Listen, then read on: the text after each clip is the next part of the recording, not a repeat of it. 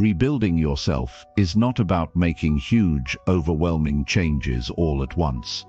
It's about taking control of the small habits that shape your daily life and slowly transforming them into powerful tools for growth. The habits that might seem harmless today, the ones that hold you back, drain your energy, or stop you from reaching your full potential, are the ones you need to tackle if you want real, lasting change.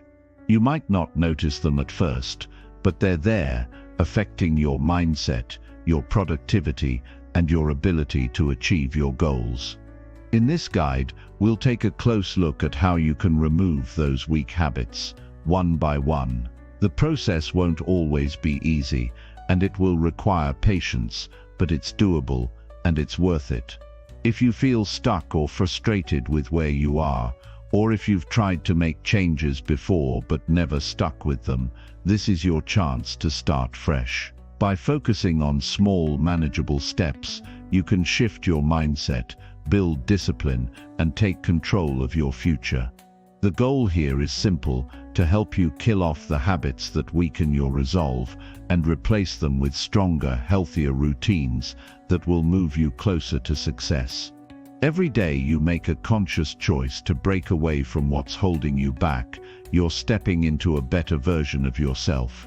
It's all about doing the work, even when it's uncomfortable, and I'm going to show you exactly how to take action, starting right now. You'll learn practical, no-nonsense advice for eliminating distractions, building mental strength, and committing to your goals. This isn't about perfection, it's about progress. So if you're ready to rebuild yourself by killing the habits that no longer serve you, let's dive in. There's no better time than now to start making lasting changes that will transform your life. Chapter 1. Eliminate one distraction that weakens your daily focus. Every day begins with a choice. You either claim control over your attention or let something else take it from you. In the quiet moments before the world pulls at your sleeves, you are handed power. What you do with that power, how you protect it, how you direct it, that's what shapes your life. Most people give it away without even realizing it. They wake up, reach for their phones, and the day is already gone before it begins. They scroll, react, consume, and repeat. And at the end of it all, they wonder where the time went, why they feel so behind, and why their goals remain untouched. Focus isn't a natural talent, it's a daily decision, one that gets stronger every time you defend it. You don't need to become some productivity machine. You just need to stop surrendering your focus to things that weaken you. And the truth is, you already know what that thing is.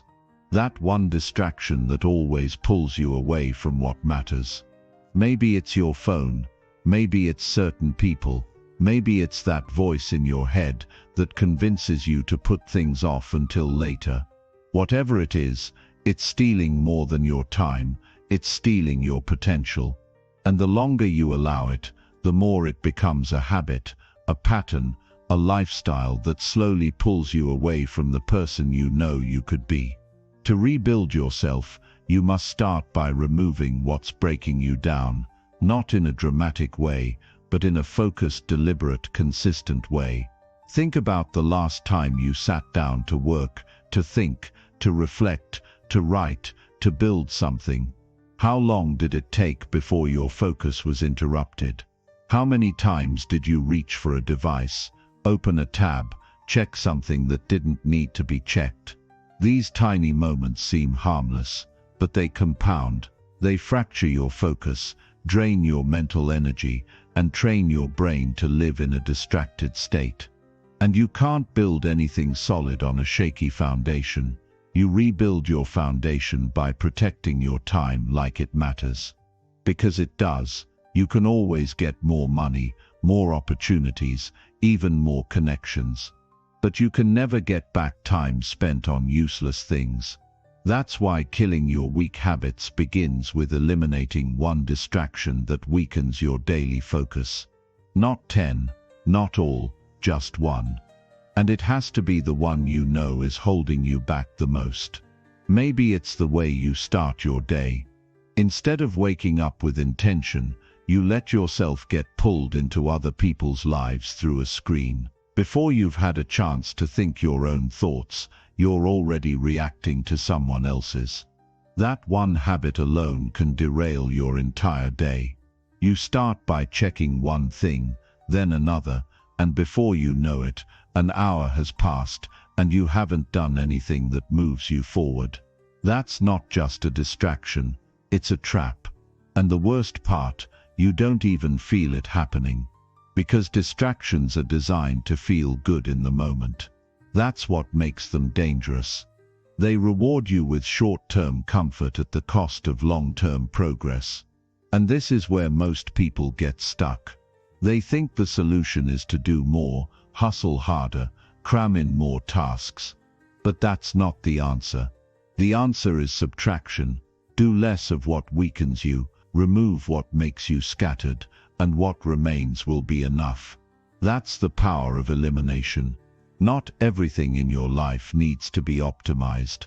Some things need to be cut out completely. You don't need to be busy, you need to be focused. There's a massive difference. Busy is chaotic. Focused is intentional. Busy is reactive. Focused is calm and controlled. Busy looks impressive. Focused gets results. And the bridge from busy to focused is made by killing the habits that keep pulling you back into distraction. Here's what most people never consider. Every distraction you allow into your life comes with a hidden cost. It doesn't just take up time, it drains your attention, breaks your momentum, and makes it harder to re-engage with meaningful work. And over time, you lose trust in yourself.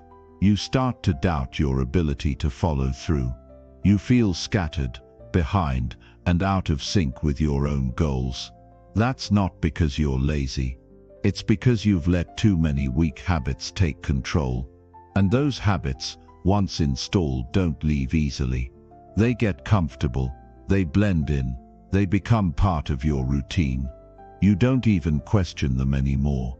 That's why the first step to rebuilding your life isn't adding something new. It's removing what no longer serves you. And that begins with one honest question. What's the one distraction I need to eliminate? Once you have the answer, the work begins. Not in some extreme cold turkey kind of way, but with deliberate intentional steps that show your mind who's in charge. The first day might be uncomfortable. You'll feel the pull, the urge to go back to what's easy. But if you can hold the line, just for a day, you'll start to feel something shift. A little more mental clarity, a little more time, a little more peace. And that space you create, that's where growth happens. That's where you reconnect with your purpose, your direction, your values. You'll notice your thoughts are clearer, your decisions are stronger. You stop reacting to everything and start choosing what gets your attention. That's the kind of self-respect most people never develop, because they never take control of their focus. They give it away all day long, then wonder why they feel lost. But not you.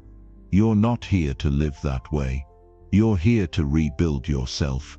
And that doesn't happen through wishful thinking. It happens through clear, intentional action. You already know what you need to remove. Now you must remove it. Not tomorrow, today. If your distraction is your phone, set time limits or delete the apps that consume you. If it's negative people, reduce your exposure and protect your peace. If it's perfectionism, learn to act before you feel ready. If it's self-doubt, take one step forward anyway. If it's comfort, do the thing that challenges you. The specifics don't matter as much as the decision itself. Once you decide that your focus matters more than your distractions, you begin the process of rebuilding. And that process doesn't need to be flashy. It just needs to be consistent. The moment you remove one major distraction, your whole life starts to move differently. You gain more energy. You start to notice the little things. You begin to hear your own thoughts again. You feel lighter, more intentional, more aligned. It won't happen all at once, but you'll feel it. The fog lifts. The noise fades. The path becomes clearer, not because you added anything new, but because you removed what was clouding your mind. And from there, everything becomes possible. You can build better routines, make stronger decisions, take bolder action, create meaningful progress. But none of it happens until you protect your focus. Not once, every day. It's a daily practice. And some days you'll slip.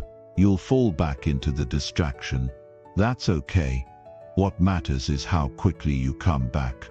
What matters is that you don't let one mistake turn into a pattern. Discipline is not perfection. It's consistency. It's the daily decision to return to what matters.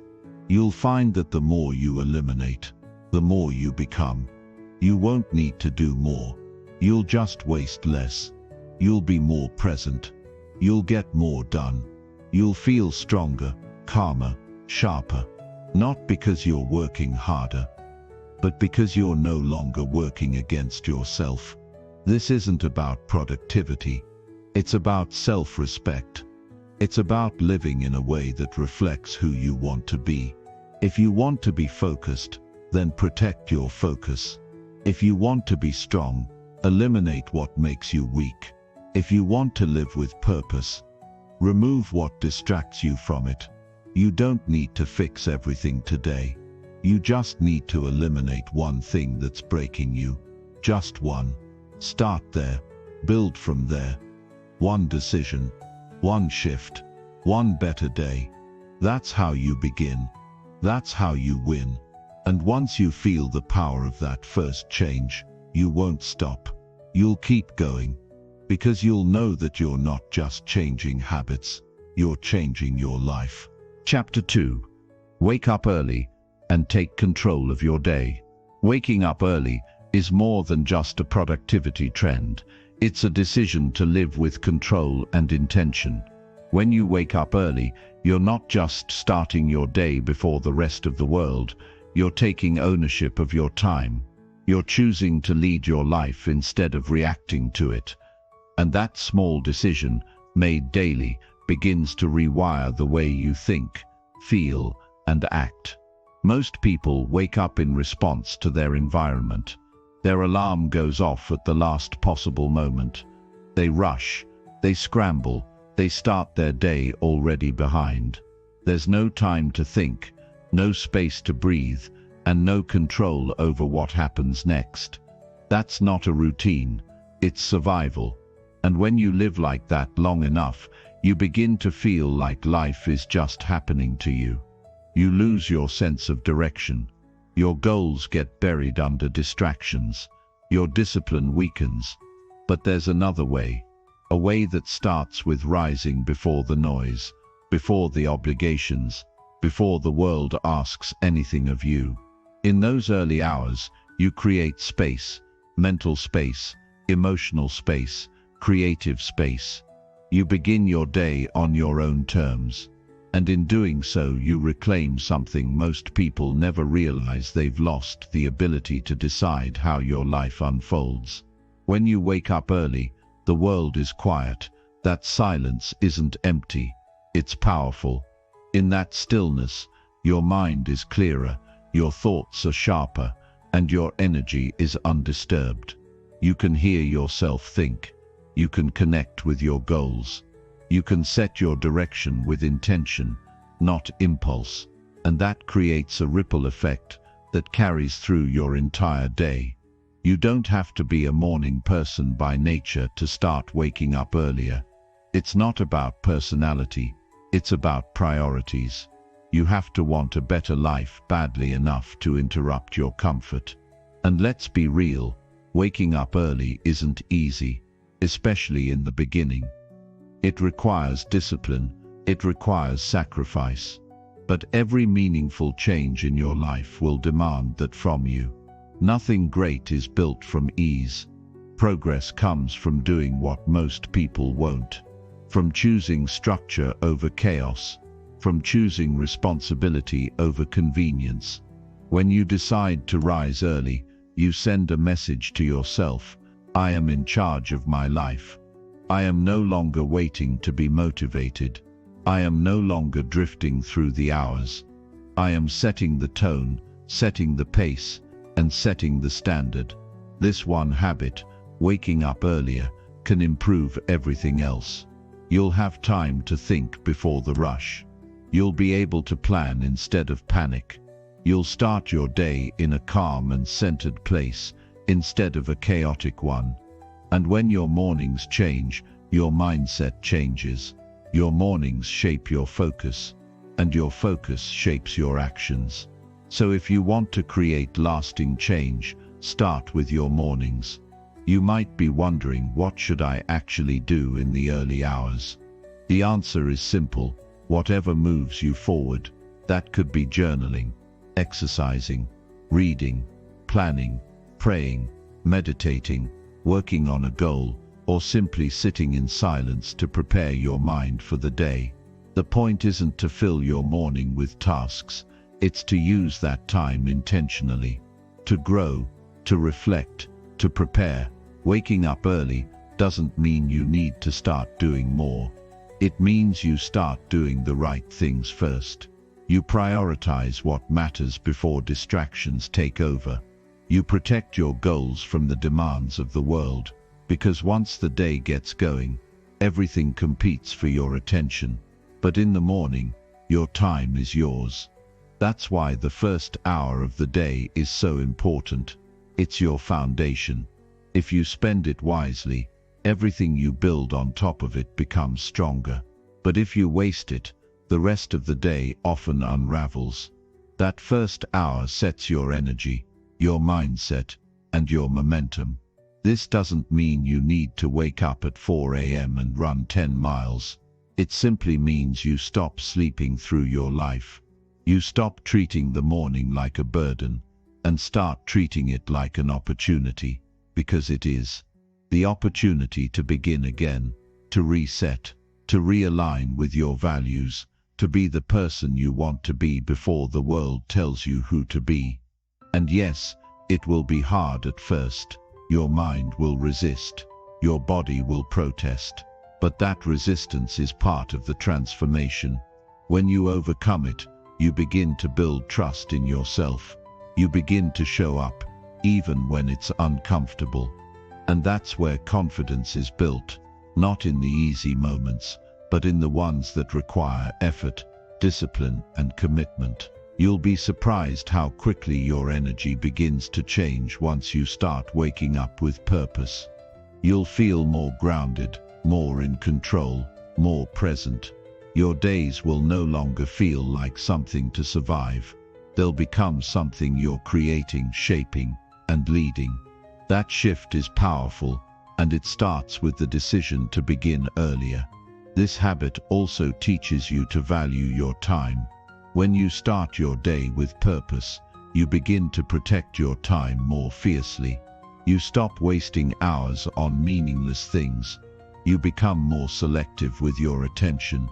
You say no more easily. You set boundaries without guilt, because you've tasted what a focused, intentional day feels like, and you're no longer willing to give that up for cheap distractions. The discipline of waking up early also spills over into other areas of your life. You start to eat better. You become more consistent with your goals. You follow through more often. You keep your word to yourself. These shifts may seem small, but they compound over time. And what starts as a simple change in your routine becomes a complete transformation in your character. Some people wait their entire lives for the perfect moment to begin rebuilding. They wait for motivation, for clarity, for inspiration, but that moment never comes. And the truth is, you don't need a perfect plan. You just need to wake up and start. Start small. Start now. Start with what you have. Just start. Each early morning is a reminder that you still have the power to change, that you are not stuck, that you are not behind, that you are not too late. As long as you have another sunrise, you have another shot, but it's not enough to hope for change. You have to act. You have to lead your life like it matters, because it does. If you've struggled with discipline in the past, this is your chance to rebuild it. And you don't need to be perfect. You just need to be consistent. Set a time, stick to it. No matter how tired you feel, no matter how tempting it is to hit snooze, get up. Prove to yourself that you're serious about your growth. Not once, every day. This habit is a mirror. It shows you who you are becoming. Not who you say you want to be, but who you show up as. Every time you rise early, you cast a vote for the person you want to be. You develop self-respect. You train your mind to lead, not follow. And that carries into everything else you do. Imagine what your life would look like if you committed to waking up early for the next 30 days. Imagine how much mental clarity you'd gain. Imagine how many goals you'd start moving toward. Imagine how proud you'd feel at the end of each day, knowing you didn't let it slip away. That's the life that's waiting for you on the other side of this habit. Don't let your future be controlled by comfort. Don't let your potential be weakened by excuses. You're capable of more, but you have to be willing to disrupt your patterns. You have to be willing to do what's hard. You have to be willing to lead your life with purpose, even when it's uncomfortable. This is your wake-up call, not just to rise earlier, but to rise stronger, to show up differently, to take ownership of every single day. You've spent enough time waiting, enough time drifting, enough time stuck in cycles that don't serve you. Now it's time to lead, to create mornings that fuel you, to use your energy wisely, to live with clarity and direction. When you wake up early, you're not just getting a head start on the day, you're becoming the kind of person who leads from the front, who doesn't need to be told what to do, who doesn't wait to be motivated, who shows up day after day because they know their life is worth it. The earlier you rise, the more time you have to connect with your vision, the more space you have to align your actions with your values, the more clarity you create around your priorities, and the more momentum you carry into everything you do. If you want to rebuild your life, this is one of the strongest first steps. You don't need fancy tools or perfect routines. You just need to commit to one promise. I will no longer start my day in chaos. I will rise early. I will lead. I will take control, because how you start your day shapes how you live your life. And you deserve to live with purpose, not passivity, with power, not pressure, with clarity, not confusion. That shift begins in the quietest hour of the day, before the noise, before the world, when it's just you, your breath, your mind, and your commitment. Decide. Set the alarm, get up, begin again, and let every morning be a reminder that you are in control now, not your distractions, not your comfort. You, every day is yours. Take it.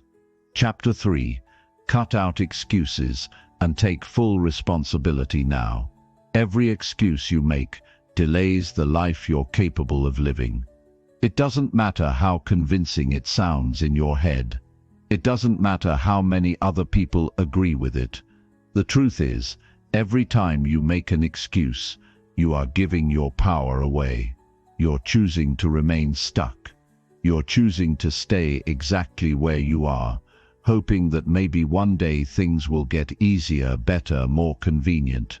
But the people who rebuild themselves, who rise from failure, who create something real with their life, those people don't wait for life to be easier. They take full responsibility right now. Responsibility is not a burden, it's a doorway. When you take full responsibility for where you are and who you are, you unlock the ability to change it. You stop pointing fingers. You stop waiting for someone to save you. You stop blaming your past, your parents, your job, your genetics, your environment, or anything else that might sound logical but only holds you back. You take ownership.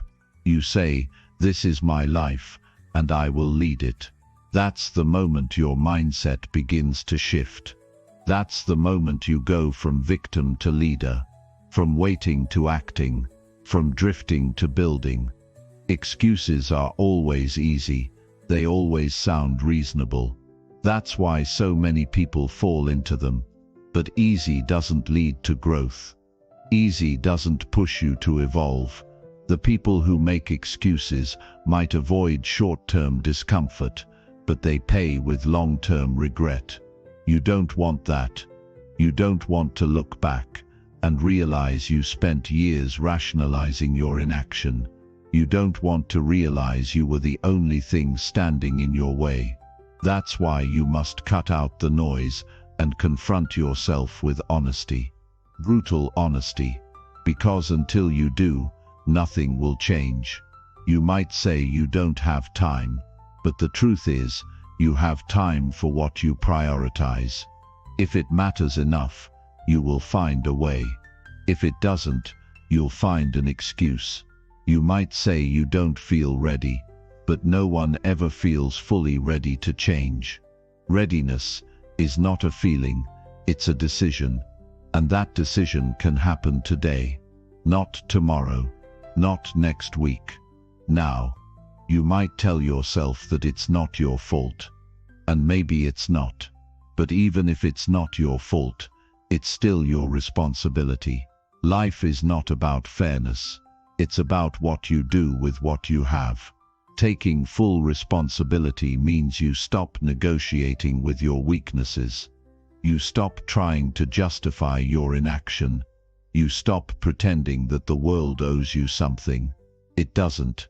It never has, and it never will. That's not a reason to be bitter. It's a reason to become powerful.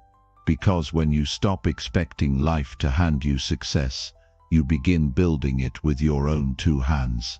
That's where real growth begins. Not in blaming, not in waiting, in doing, in choosing, in owning every part of your journey. Think about every goal you've set but never followed through on. Think about every time you said you were going to change but didn't. Now, look yourself in the mirror and admit that no one stopped you but you. That's not shame. That's power. Because if you're the one holding yourself back, then you're also the one who can set yourself free. That's what this chapter is about. Freedom. The kind of freedom that comes from radical responsibility. You have to stop waiting for the perfect plan. You have to stop waiting until you feel more motivated, more supported, more inspired. You don't need more information. You don't need more time. You need more action.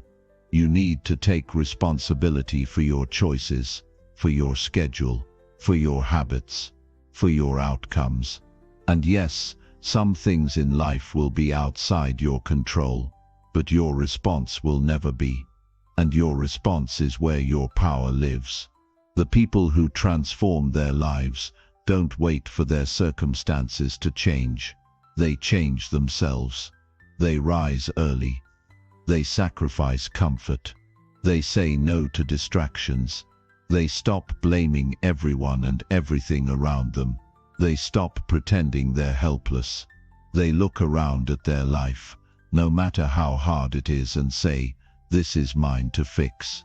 That's what separates winners from the rest. Not luck, not talent, not the perfect background, just responsibility. Ruthless, relentless, personal responsibility. Cutting out excuses requires self-awareness. You have to start noticing the stories you tell yourself. The ones that say, "I can't because I'm too tired," or "I failed because someone else got lucky." or I'll start when things calm down. These stories are poison. They might comfort you in the moment, but they destroy your progress. You have to challenge them. You have to dismantle them. You have to replace them with a new narrative. One that says, I can figure this out. I can take the first step. I can build the life I want. It starts small. It starts by catching yourself in the act. The next time you hear yourself make an excuse, pause. Ask yourself, is this true? Or is this just comfortable? Is this helping me grow? Or is this keeping me small?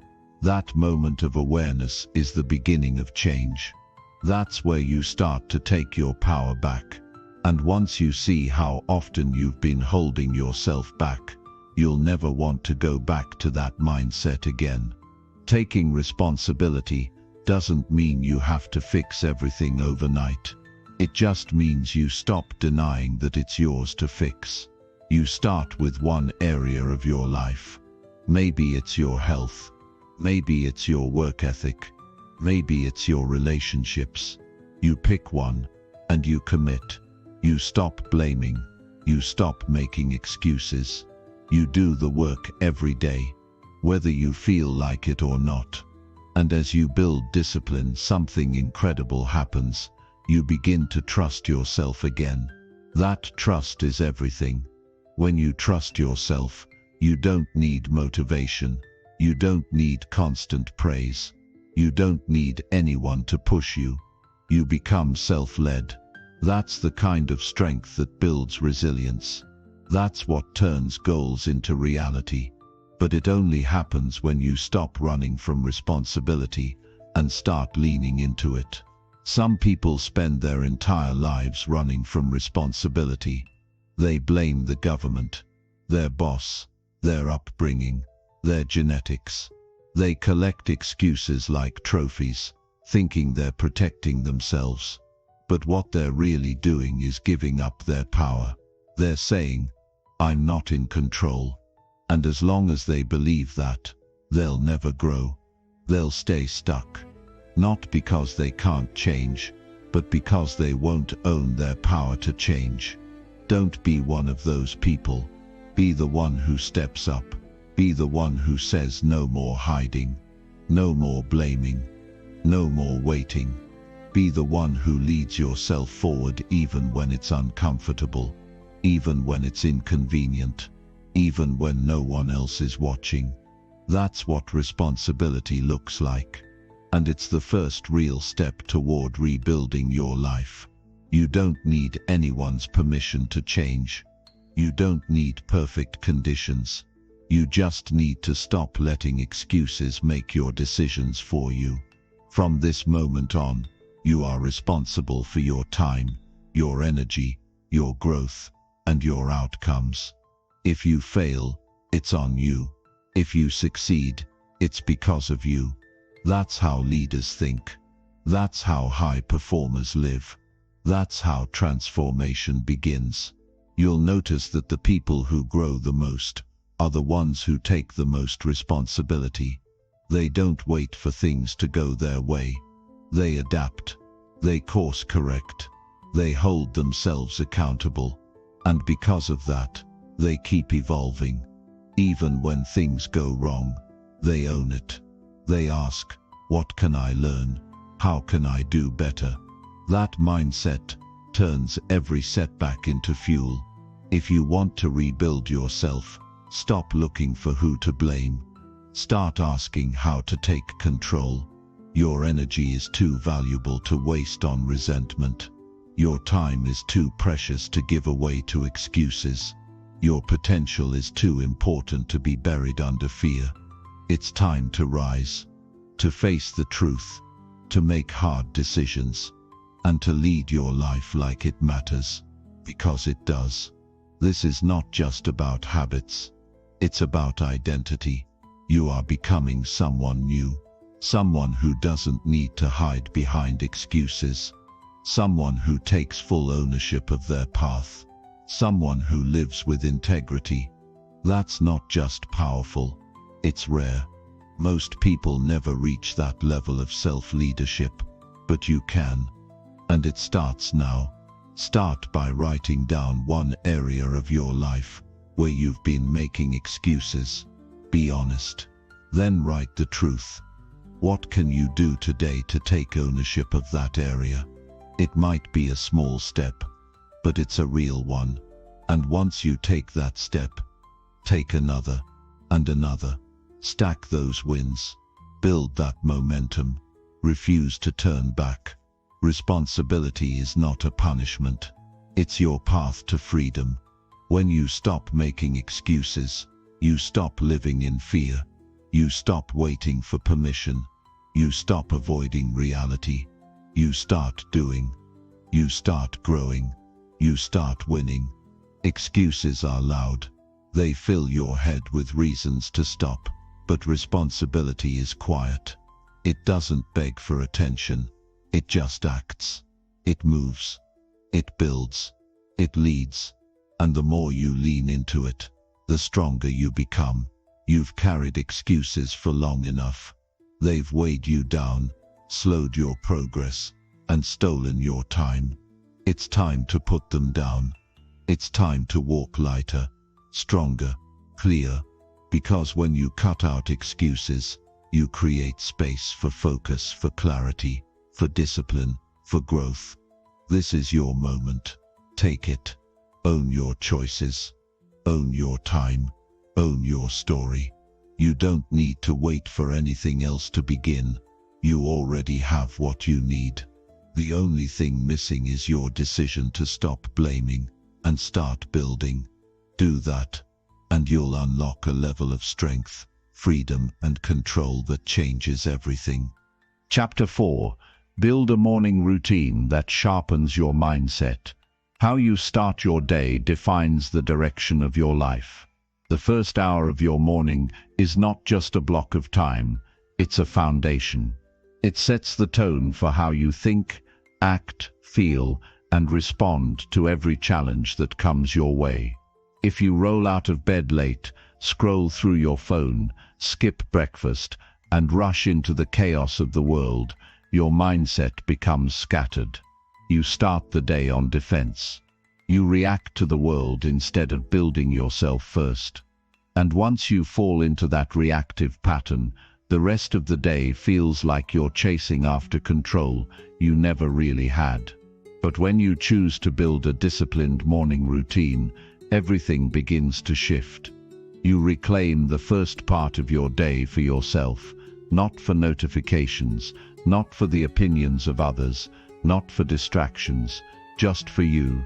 You use that time to sharpen your thoughts, strengthen your habits, and center your mindset. That single decision, repeated daily, will transform your focus, discipline, and ability to handle life with clarity and purpose. You won't need external motivation because you'll be operating from a place of self-command. The most powerful people don't wake up by accident. They don't leave their energy to chance. They design their mornings with intention. They don't rely on motivation to show up. They rely on systems. Systems create consistency, and consistency creates strength. Your mind becomes sharper when you stop wasting the beginning of your day on activities that dull your attention and drain your willpower.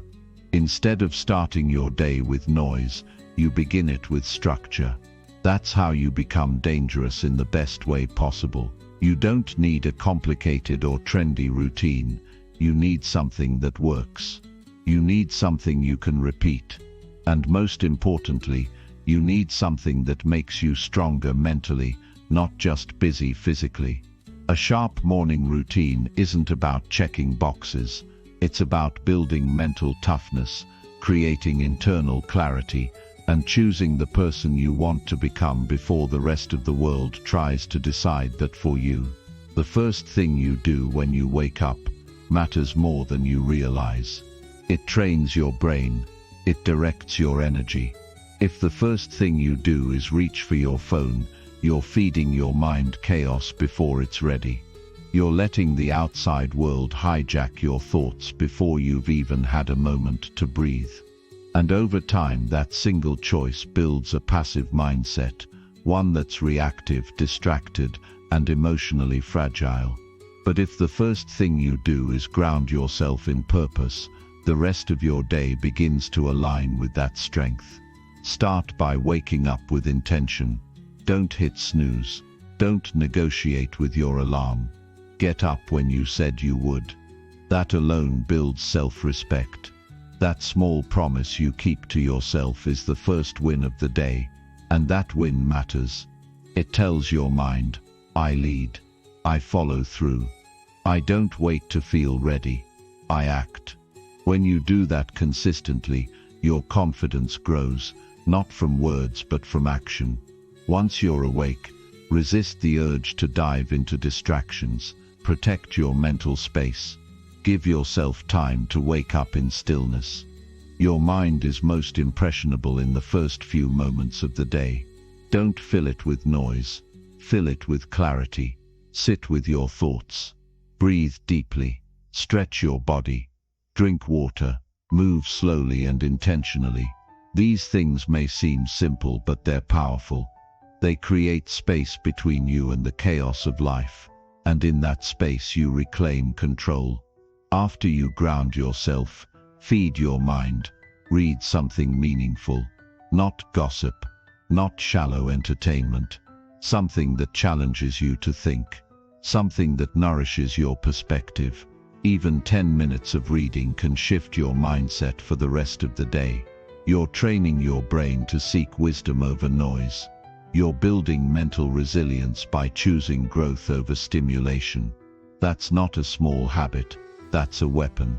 Then get your body moving. You don't need to run 5 miles or lift heavy weights, just move, walk, stretch, do a short workout, get your blood flowing. This isn't about building a perfect physique, it's about waking your system up. When your body moves, your mind sharpens. You become more alert, more focused, and more alive. Your energy isn't something you have, it's something you create. Movement creates momentum, and momentum leads to discipline. From there, get clear on your priorities. Don't just drift into your to-do list. Write down your top goals for the day. Ask yourself, what really matters today? What do I need to do to grow? Focus on what will move you forward, not what will keep you busy. Being busy is not the same as being effective. A sharp mind doesn't chase everything. It targets what matters. It attacks the essential and ignores the rest. If you want to take it further, build reflection into your morning. Write a few lines in a journal. Ask yourself how you feel, what you're focused on, and what you want to improve. This creates awareness. It teaches you to lead your emotions instead of being led by them. Most people never take time to examine their thoughts. They just react. But when you reflect, you take responsibility for how you think, and that shifts your entire mental state. And finally, anchor your morning with intention. Remind yourself of who you're becoming. Say it out loud if you have to. Affirm your values, your discipline, your goals. That's not empty self-talk. It's leadership. It's training your mind to think clearly, act decisively, and move with purpose. And when you do this every single morning, you start to notice a shift, not just in how you feel but in how you show up. Your mindset becomes your shield. Your focus becomes your edge. And your morning becomes your launch pad. This isn't about perfection. You won't always feel motivated. You won't always do it flawlessly. That doesn't matter. What matters is that you show up, that you repeat the habit, that you honor the routine even when it's inconvenient. That consistency is what sharpens your mindset. That daily commitment is what separates those who drift from those who dominate. There will be days when it feels pointless. Days when it feels easier to stay in bed. Days when the routine feels repetitive. That's exactly when you must push through. That's exactly when your discipline is tested, and that's exactly when growth happens. You're not doing this to feel good. You're doing this to become stronger, to build a mindset that can handle anything, to train yourself to act with clarity, even when the world gets noisy. You don't need to create a perfect morning from the start. You just need to start. Build it one habit at a time. Wake up on time. Move your body. Feed your mind. Set your priorities. Reflect on your mindset. That's it. Keep it simple. Keep it consistent. And over time you'll notice something incredible. You'll stop relying on motivation. You'll stop chasing focus. Because you'll already be centered. You'll already be grounded. Your routine will have become your discipline. People spend years trying to find focus, clarity, and direction. But most of that is built in the first hour of your day. If you master your morning, you begin mastering your life. Because how you do the first things of the day often reflects how you handle the rest. Sloppy mornings lead to scattered actions. Focused mornings lead to intentional growth. The choice is yours every single day. If you keep waking up without a plan, you'll keep falling into patterns that waste your potential. If you keep giving your mornings to distractions, you'll keep struggling to gain control. But if you reclaim your mornings, if you own them, you'll start to feel something powerful shift. You'll begin moving through your days with strength, not stress, with clarity, not chaos, with purpose, not pressure. This isn't about becoming a morning person. This is about becoming a focused person. A person who leads their life, not just survives it. A person who starts each day on purpose, not by accident. You don't need more time, you need more clarity. And clarity is built by what you do when no one is watching, when the world is quiet, when the first light hits your room and you have a choice: drift or decide. Rebuilding yourself starts with small decisions that seem insignificant in the moment, but create massive transformation over time. A morning routine is one of those decisions. It's a simple commitment to lead yourself before life starts pulling at you. It's a statement to yourself: I matter enough to take care of my mind before I give it away to the world. And the beautiful part is, once you build a morning routine that sharpens your mindset, it begins to sharpen everything else. Your work becomes more intentional. Your relationships become more grounded. Your thoughts become more focused, and your self-respect grows. Because you're no longer just reacting to life. You're preparing for it. You're leading it. You're showing up as the person you've decided to become, not the person life randomly shaped you into. You're not rebuilding your life in one big leap. You're rebuilding it with small, sharp, consistent actions. Starting with how you wake up. Starting with how you think before the world distracts you. Starting with the quiet decision to show up fully, even when no one else sees it. Make that decision every morning. Show up. Own your time. Sharpen your focus. Build yourself before anything else tries to shape you. Because the most important battle of your day is won or lost in the first hour. And when you win that battle consistently, the rest of your life starts to change. Quietly, powerfully, permanently. Chapter 5. Track your time to expose what's holding you back. Time is one of the few resources you can never get back. Once it's gone, it's gone. Yet, so many people spend their days without truly realizing how they're using it. Time slips away, little by little, and before you know it, the days have turned into weeks, months, or even years. If you're not consciously aware of how you're spending your time, you're living reactively, allowing life to happen to you, rather than taking control of it. But when you take the time to track how you're spending each moment, you begin to unlock powerful insights into what's holding you back. You can start to see, with brutal honesty, what is helping you grow, and what is wasting your potential. Tracking your time is more than just a productivity hack. It's a tool for self-awareness. It's an opportunity to become the architect of your own life instead of being swept along by external forces. You might think you're busy, but how much of that busyness is actually leading you toward your goals? Are you investing your time in the things that truly matter, or are you simply filling your days with tasks that have little to no impact on your long-term success? The only way to answer that question with certainty is to track your time. The first step to tracking your time is awareness. Most of us live our lives on autopilot, responding to external demands without much thought about how we're spending our precious time. But once you begin tracking your activities, you start to see patterns. You might realize that you're spending far more time on social media than you ever intended, or that you're losing hours to mindless scrolling, television, or distractions that leave you feeling unfulfilled. These small decisions add up over time, and before long, they rob you of your ability to focus on the things that actually matter. When you track your time, you're forced to confront reality. You can no longer hide behind the illusion that you're too busy. You're looking at hard data that shows exactly where your time is going. And once you have that data, you can make intentional changes.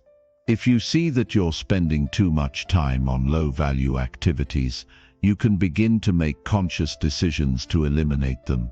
If you realize that you're not allocating enough time to high-value activities, you can adjust your schedule to reflect your priorities.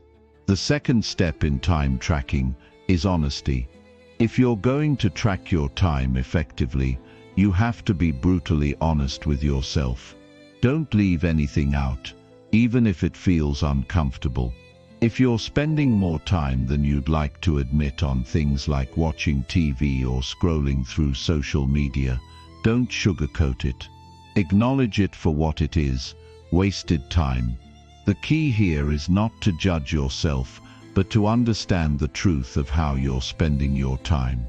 Only once you're aware of these habits can you begin to change them. Tracking your time isn't about feeling guilty or beating yourself up for every minute that doesn't go perfectly according to plan.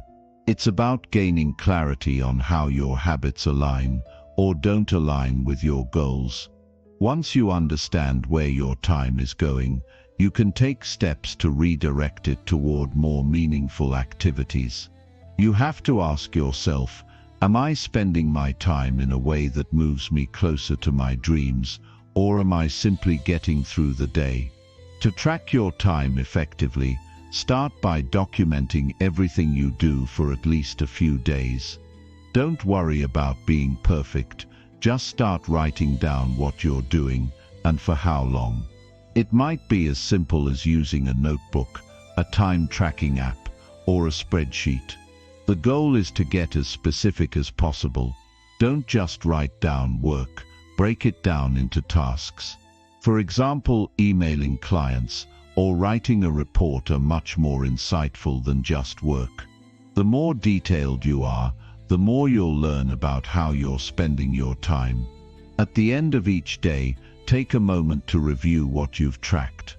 Look at how much time you've spent on work, leisure, family, and self-care. Is there a balance? Are you dedicating enough time to things that fuel your growth, such as learning, exercising, or working on your goals?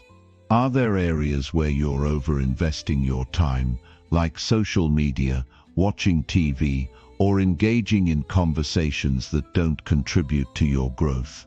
This exercise of reviewing your time usage doesn't just provide data, it sparks awareness.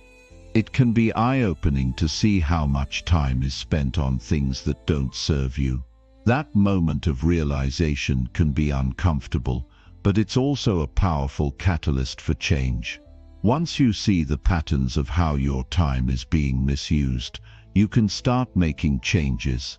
You may decide to reduce time spent on distractions and dedicate that energy to activities that push you closer to your goals.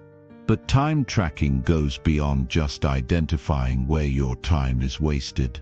It also helps you see where your time is being invested in the right things. You may notice that you're spending a significant amount of time on tasks related to your business, health, or personal growth. That's when you celebrate the good. Tracking your time isn't about criticizing yourself, it's about improving and doubling down on what's working. If you're spending time on the things that matter, you should feel proud of that. But if there are areas where you're falling short, time tracking gives you the opportunity to course correct. Once you've reviewed your time for a few days or weeks, start setting goals for improvement. If you see that you're spending an excessive amount of time on passive activities, like watching TV or scrolling through social media, set a goal to reduce that time by a certain amount. You might commit to only allowing yourself 30 minutes of social media per day, or limit your TV watching to specific times. You can also set a goal to increase the time you spend on productive activities, like reading, exercising, or working on a project that aligns with your long-term goals. Tracking your time isn't just a one-time activity, it's an ongoing practice.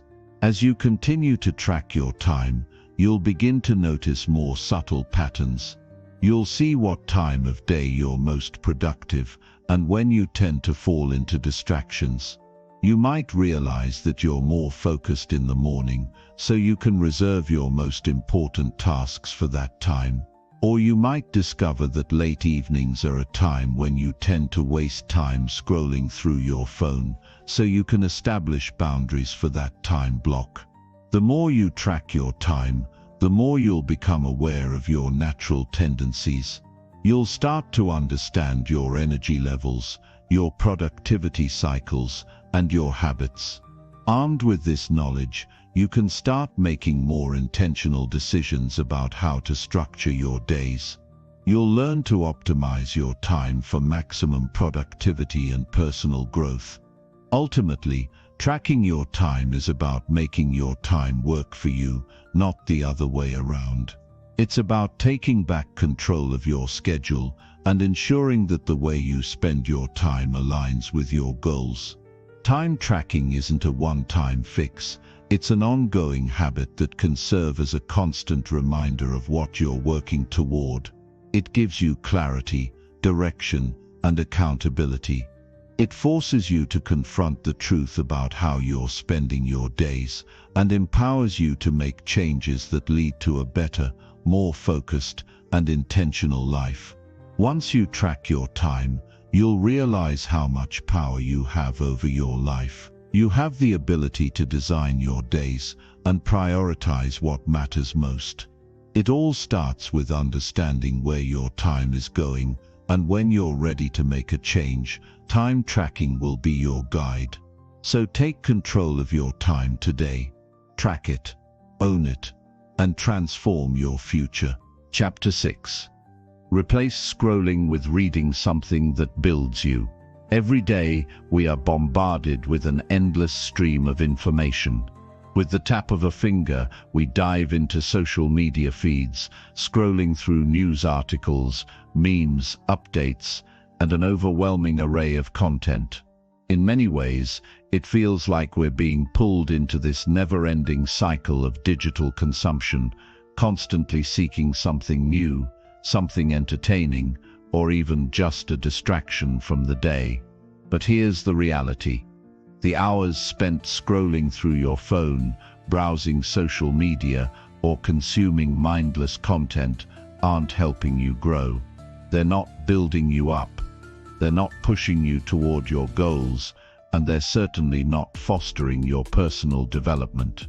Instead, they're taking away time that you could be using to transform yourself into the person you want to be. It's time to break the habit. You have the power to choose what fills your mind and how you spend your time. Instead of endlessly scrolling through content that leaves you feeling drained or uninspired, you can replace that habit with one that actively nurtures your growth. You can replace mindless scrolling with reading, reading that builds you up, strengthens your mind, and helps you grow in every area of your life. The power to make that change is in your hands. The truth is, reading is one of the most effective ways to expand your mind and improve your life. Books offer deep insights, practical advice, and timeless wisdom that can transform your thinking, actions, and ultimately your life. Unlike social media or television, reading provides you with focused, intentional information that you can apply directly to your life. It's not just passive entertainment, it's active learning, and it's a key tool for growth. One of the first steps to replacing scrolling with reading is understanding why we scroll in the first place. For many of us, social media is a way to escape, to pass the time, or to avoid discomfort. We scroll because it offers instant gratification. A funny meme can give us a quick laugh, a new post from a friend might make us feel connected, or a viral video can capture our attention for minutes or even hours. But all of this is fleeting. The satisfaction we get from scrolling is temporary, and ultimately, it leaves us feeling emptier than before. We can scroll for hours without feeling like we've accomplished anything meaningful, yet we often tell ourselves that we're just unwinding or taking a break. But when we read something that challenges us or expands our understanding, the impact is different. A book or article that introduces us to new ideas, perspectives, or strategies for success gives us something tangible to take away. It doesn't just fill time, it fills us with knowledge, motivation, and the tools to become better versions of ourselves. To make this shift, you don't need to cut out all social media or stop watching television. The goal isn't to eliminate leisure altogether, it's about balance. It's about making the conscious decision to prioritize activities that help you grow. And reading can be one of the most powerful tools in your growth journey. Start by setting intentional goals around your reading habits. How many books do you want to read each month? What kind of books do you want to focus on? It could be personal development, business, philosophy, health, or even fiction that challenges your thinking. The key is to make reading a priority in your day, rather than allowing it to be something you only do when you have the time. Like any other habit, reading requires commitment and consistency. One effective way to replace scrolling with reading is to set designated reading times throughout your day. For example, you could start your day with 30 minutes of reading before you check your phone or email. This way, you're feeding your mind with something meaningful before diving into the chaos of daily tasks. If you're someone who finds it hard to focus for long periods, begin by setting smaller time blocks, just 10 to 15 minutes. You'll be surprised at how much you can absorb in even brief sessions if you're fully engaged with the material. Another great strategy is to carry a book or e-reader with you wherever you go. If you find yourself waiting in line, sitting in traffic, or having a free moment between appointments, use that time to read. Small pockets of time throughout the day add up. If you replace those moments of scrolling with reading, you'll find that you've made progress toward your goals and learned something new without even realizing it. But it's not just about quantity, it's about quality. Choose reading material that directly aligns with your goals and values. If you want to build resilience, read books on mental toughness or the philosophy of Stoicism. If you're trying to improve your health, look for books that teach you how to fuel your body with proper nutrition or incorporate exercise into your daily routine. When your reading becomes intentional and relevant to your growth, it becomes even more powerful. Many people avoid reading because they believe it's time-consuming, or they feel like they don't have the patience to get through an entire book. But that's a myth. Reading doesn't have to be about finishing books quickly. It's about absorbing the knowledge and insights that are valuable to you. If a book contains one powerful idea or strategy that can improve your life, that's enough. You don't have to read hundreds of books, you just have to read the right ones and apply what you learn. One of the biggest reasons people struggle with replacing scrolling with reading is the lack of immediate rewards. When you scroll through social media, you get instant gratification, likes, comments, shares. It's a dopamine hit. Reading, on the other hand, doesn't give you that instant feedback, but the rewards are far more profound and long-lasting. The ideas, lessons and strategies you learn from reading books will compound over time, transforming your life in ways that small distractions and instant gratification never can. As you continue to read, you'll notice subtle shifts in your mindset and behavior.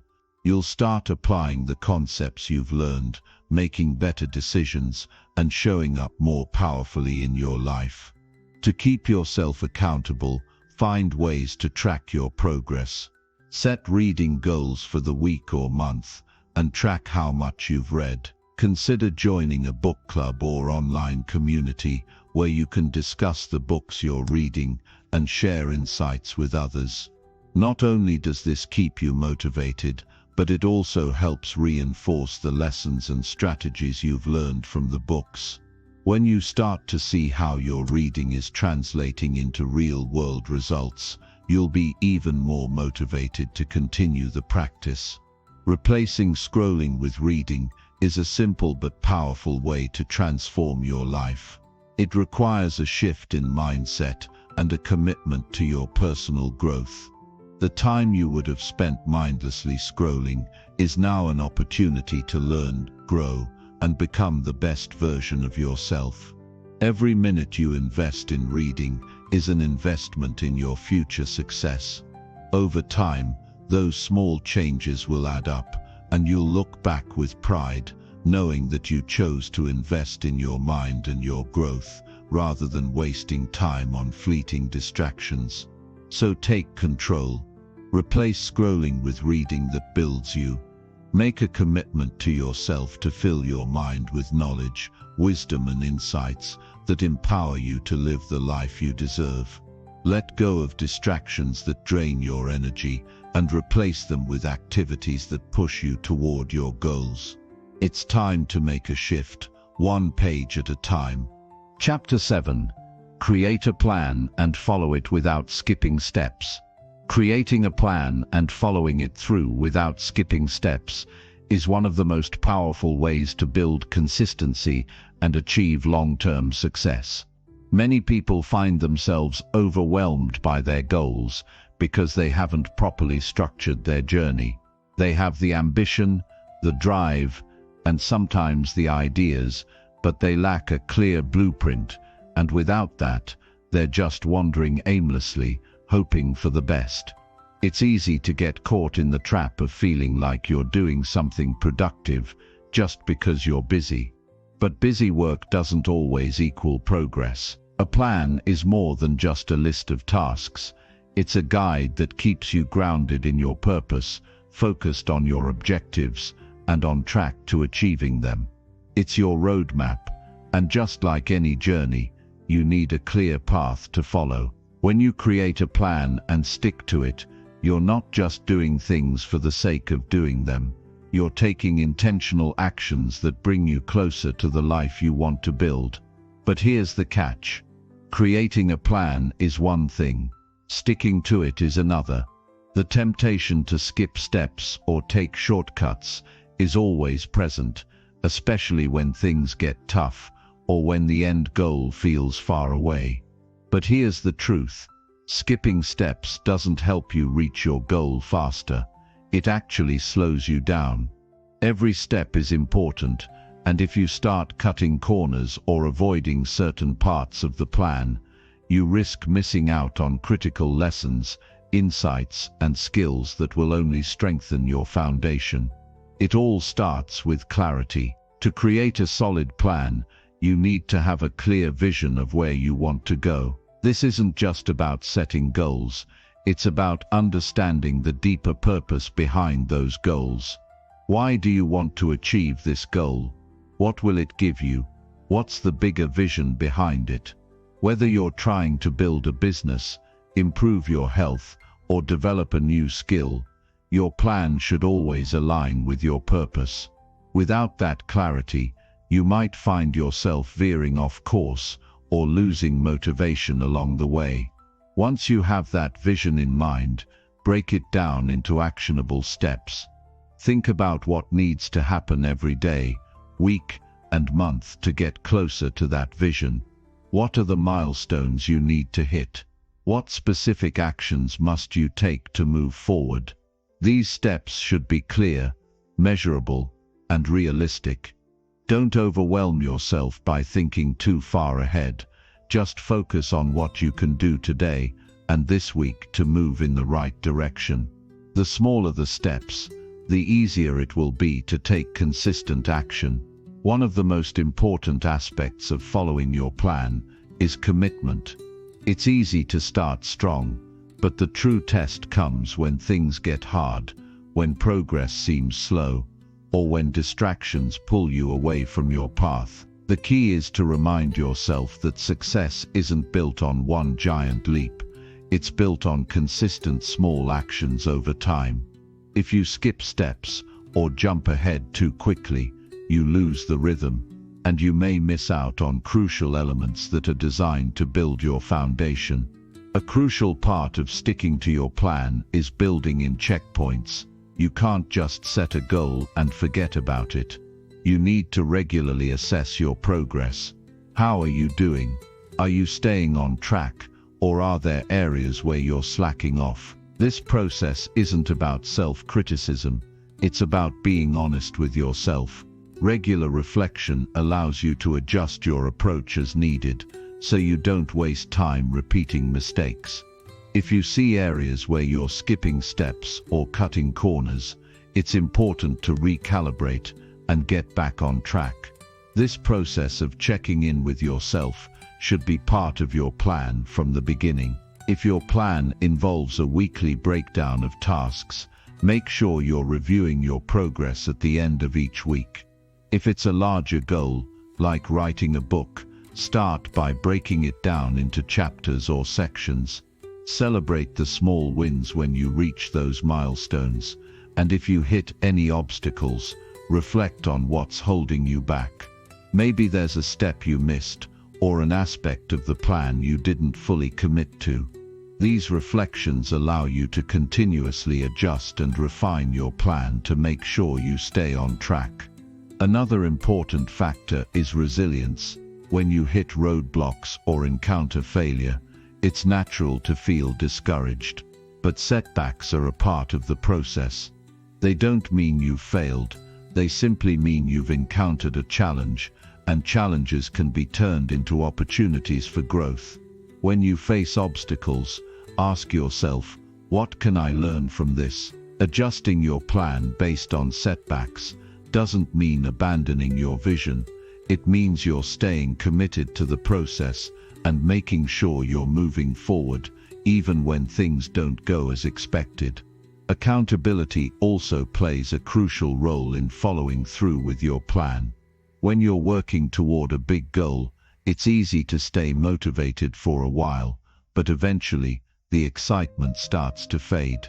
At this point, you need someone or something to hold you accountable. Whether it's a mentor, a friend, or a coach, having someone to check in with can provide the external motivation you need to stay on track.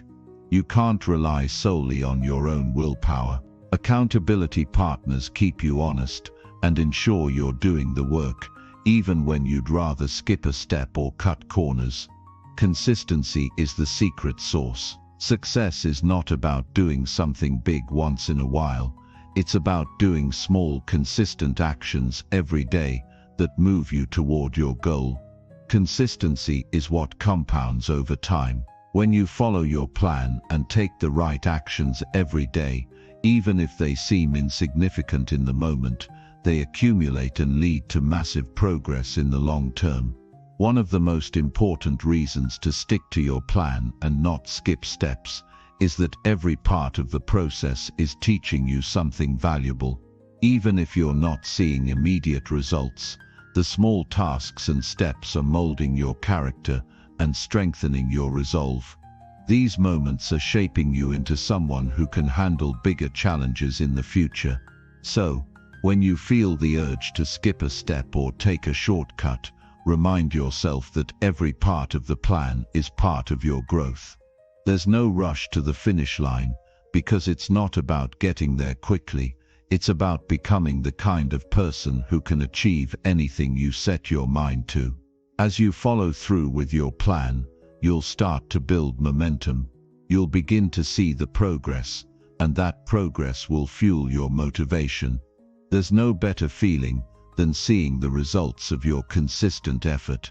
The more you stay on track, the more confident you'll become in your ability to achieve your goals.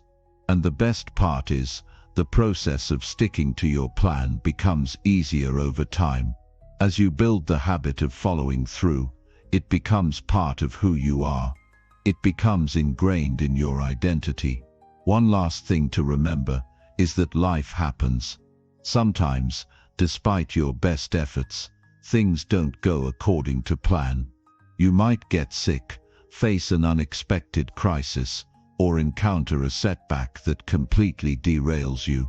And that's okay. The key is to adjust, not give up. A plan is meant to be a tool to guide you, not a rigid structure that controls you. If life throws you off course, don't be hard on yourself. Reassess, make adjustments, and continue moving forward.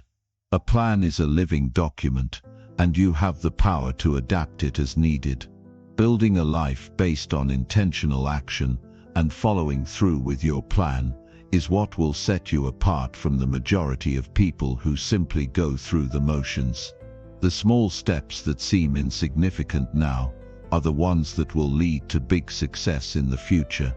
By committing to your plan and not skipping steps, you're not just achieving your goals, you're becoming the kind of person who can handle any challenge, push through any obstacle, and succeed in any endeavor you pursue.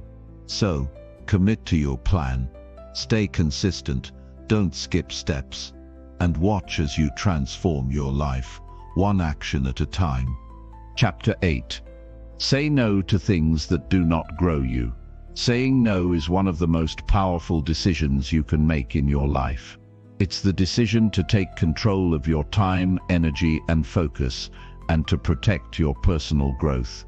Too often, we find ourselves caught up in situations, relationships, and obligations that don't serve us, that don't challenge us to become better or help us grow. Instead, they drain our energy, distract us from our true purpose, and keep us stuck in mediocrity.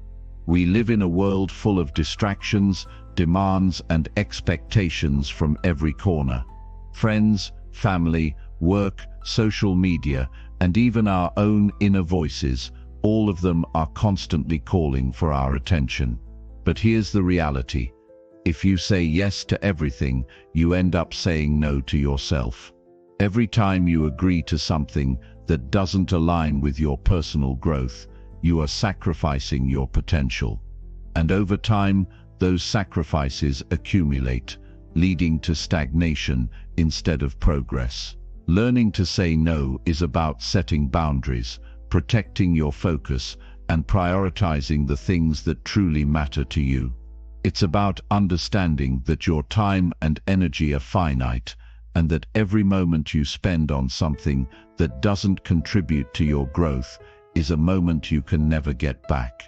It's easy to say yes out of guilt, fear of missing out, or the desire to please others, but true growth comes from being intentional with where you direct your energy. To say no to things that don't grow you, you first need to get clear on what truly matters to you. What are your goals? What are your values? What is the person you're striving to become? Once you have a clear vision of where you want to go, it becomes easier to evaluate opportunities and situations. You can start asking yourself, does this move me closer to my goals? Does this align with my values? Will this challenge me to grow? If the answer is no, then it's time to say no. Saying no isn't about being selfish, it's about self-respect. When you choose to protect your time and energy, you're respecting yourself enough to invest in your growth. You're acknowledging that you are worthy of dedicating your attention to things that bring value to your life, that contribute to your journey of becoming a better version of yourself. It's an act of self-love, not self-centeredness. One of the most difficult aspects of saying no is the fear of disappointing others. It's natural to want to be liked, to avoid conflict, and to make others happy.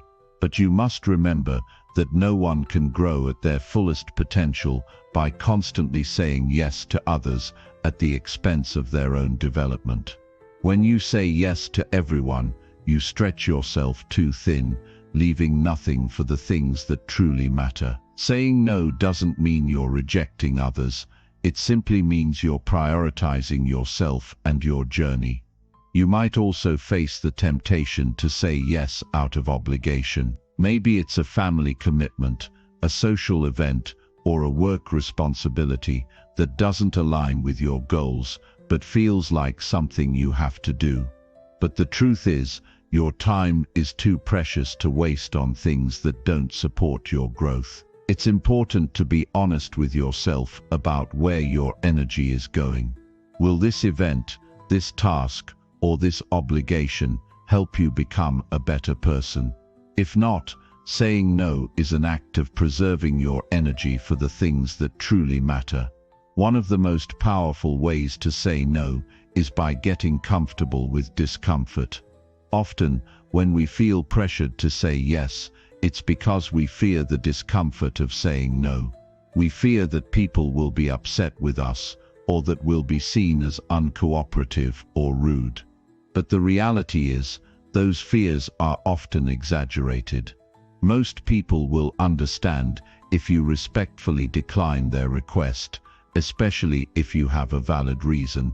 And if they don't, that says more about them than it does about you. It's important to remember that you can't control how others react, but you can control your choices.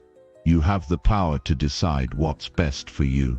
At the same time, you can't say no to everything. There will be times when you need to say yes to things that don't directly contribute to your personal growth, but are necessary for other aspects of your life. But even in these cases, the key is balance. The idea is not to become so rigid that you cut yourself off from all other experiences, but rather to be intentional about where you say yes and where you say no. Every choice you make should be aligned with your overall goals and values. When you start saying no to things that don't grow you, you'll notice a shift in your life. You'll feel more in control of your time and energy, and you'll find yourself more focused on the things that matter. Your productivity will improve because you're no longer wasting time on unnecessary distractions. Your personal growth will accelerate because you're consistently investing in activities, people, and experiences that challenge you and help you evolve.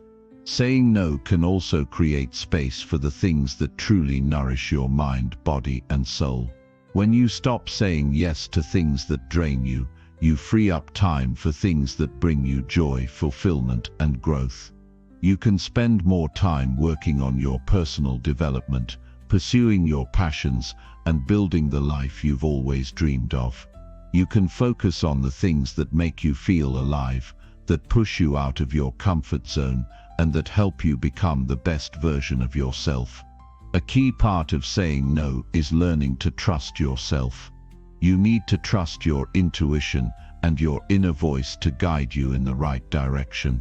When you develop the ability to tune into yourself and listen to your needs, you'll be able to make decisions that are in your best interest. Trusting yourself means recognizing that you deserve to have your time and energy respected, and that it's okay to say no to things that don't serve you. As you continue on your journey of personal growth, you'll encounter more and more opportunities to practice saying no. And with each no you say, you'll become stronger and more resilient. Saying no isn't just about rejecting things that don't serve you. It's about building the habit of taking ownership of your life and your choices. You're taking control of your path, and you're refusing to let anything or anyone derail you from your mission. Saying no isn't easy, but it's necessary for growth. Every time you say no to something that doesn't move you forward, you're reinforcing your commitment to your personal development. You're showing yourself that you are worth investing in, and that you won't allow distractions or negative influences to steal your time and energy. And with each no, you'll create more space for the things that truly matter, things that build you, that elevate you, and that help you grow into the person you're meant to be. In the end, the power of saying no is the power of choosing yourself. It's the power to protect your energy, focus on your goals, and commit to the life you want to create. By saying no to the things that don't grow you, you're saying yes to the life you deserve, a life filled with purpose, clarity, and growth. Chapter 9. Push through discomfort and train your mental toughness. To build a life of achievement, fulfillment, and resilience, you must learn to push through discomfort and train your mental toughness. This is not something that can be built overnight.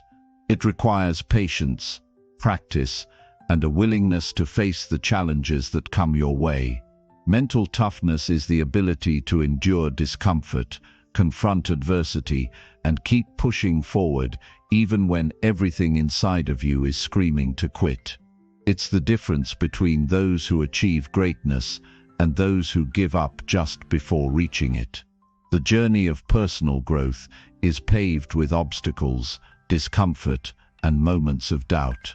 No one becomes strong by avoiding hardship. Whether you're training for a physical goal, working toward a career achievement, or striving for personal development, the discomfort you face along the way is not a sign that you're on the wrong path.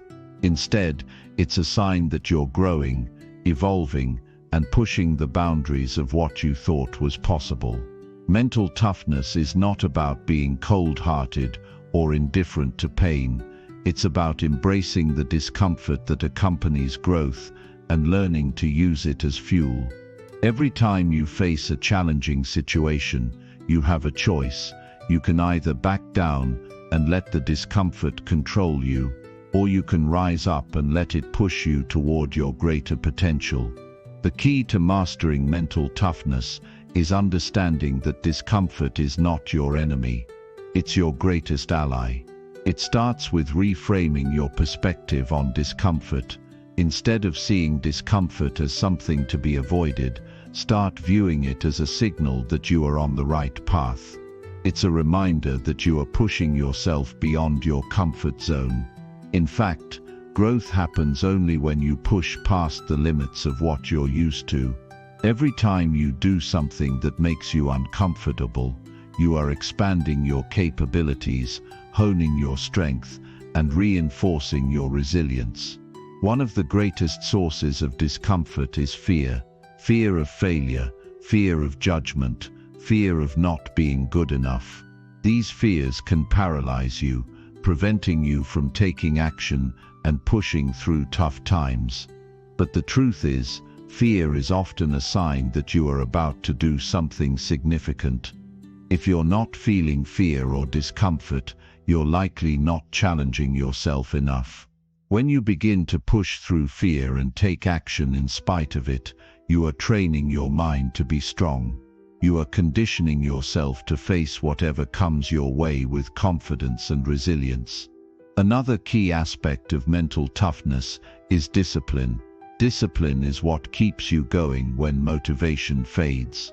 Motivation is fleeting, It's an emotional response that can be influenced by many factors, but discipline is a constant. When you commit to pushing through discomfort, discipline becomes your foundation. It's the unwavering commitment to show up every day, even when it's hard, even when it's uncomfortable, and even when you don't feel like it. Discipline is what transforms goals into reality. It's what allows you to persevere when the going gets tough.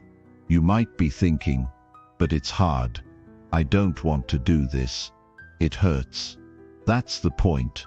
No one grows by staying in their comfort zone. You cannot build resilience by avoiding hard things. You have to learn how to thrive in the discomfort. You have to learn how to move forward when your mind tells you to stop. This is the essence of mental toughness, being able to push through, keep going, and stay committed to your purpose, no matter how difficult the journey may seem. To train your mental toughness, start by setting small, achievable goals that challenge you to step outside of your comfort zone. These goals don't need to be grand or overwhelming. In fact, it's better to start small. The key is consistency. Once you've set a goal, make a plan and stick to it, no matter what. Even if you're tired, even if you don't feel like it, even if things aren't going as planned, push through. The more you practice this, the stronger your mental toughness will become.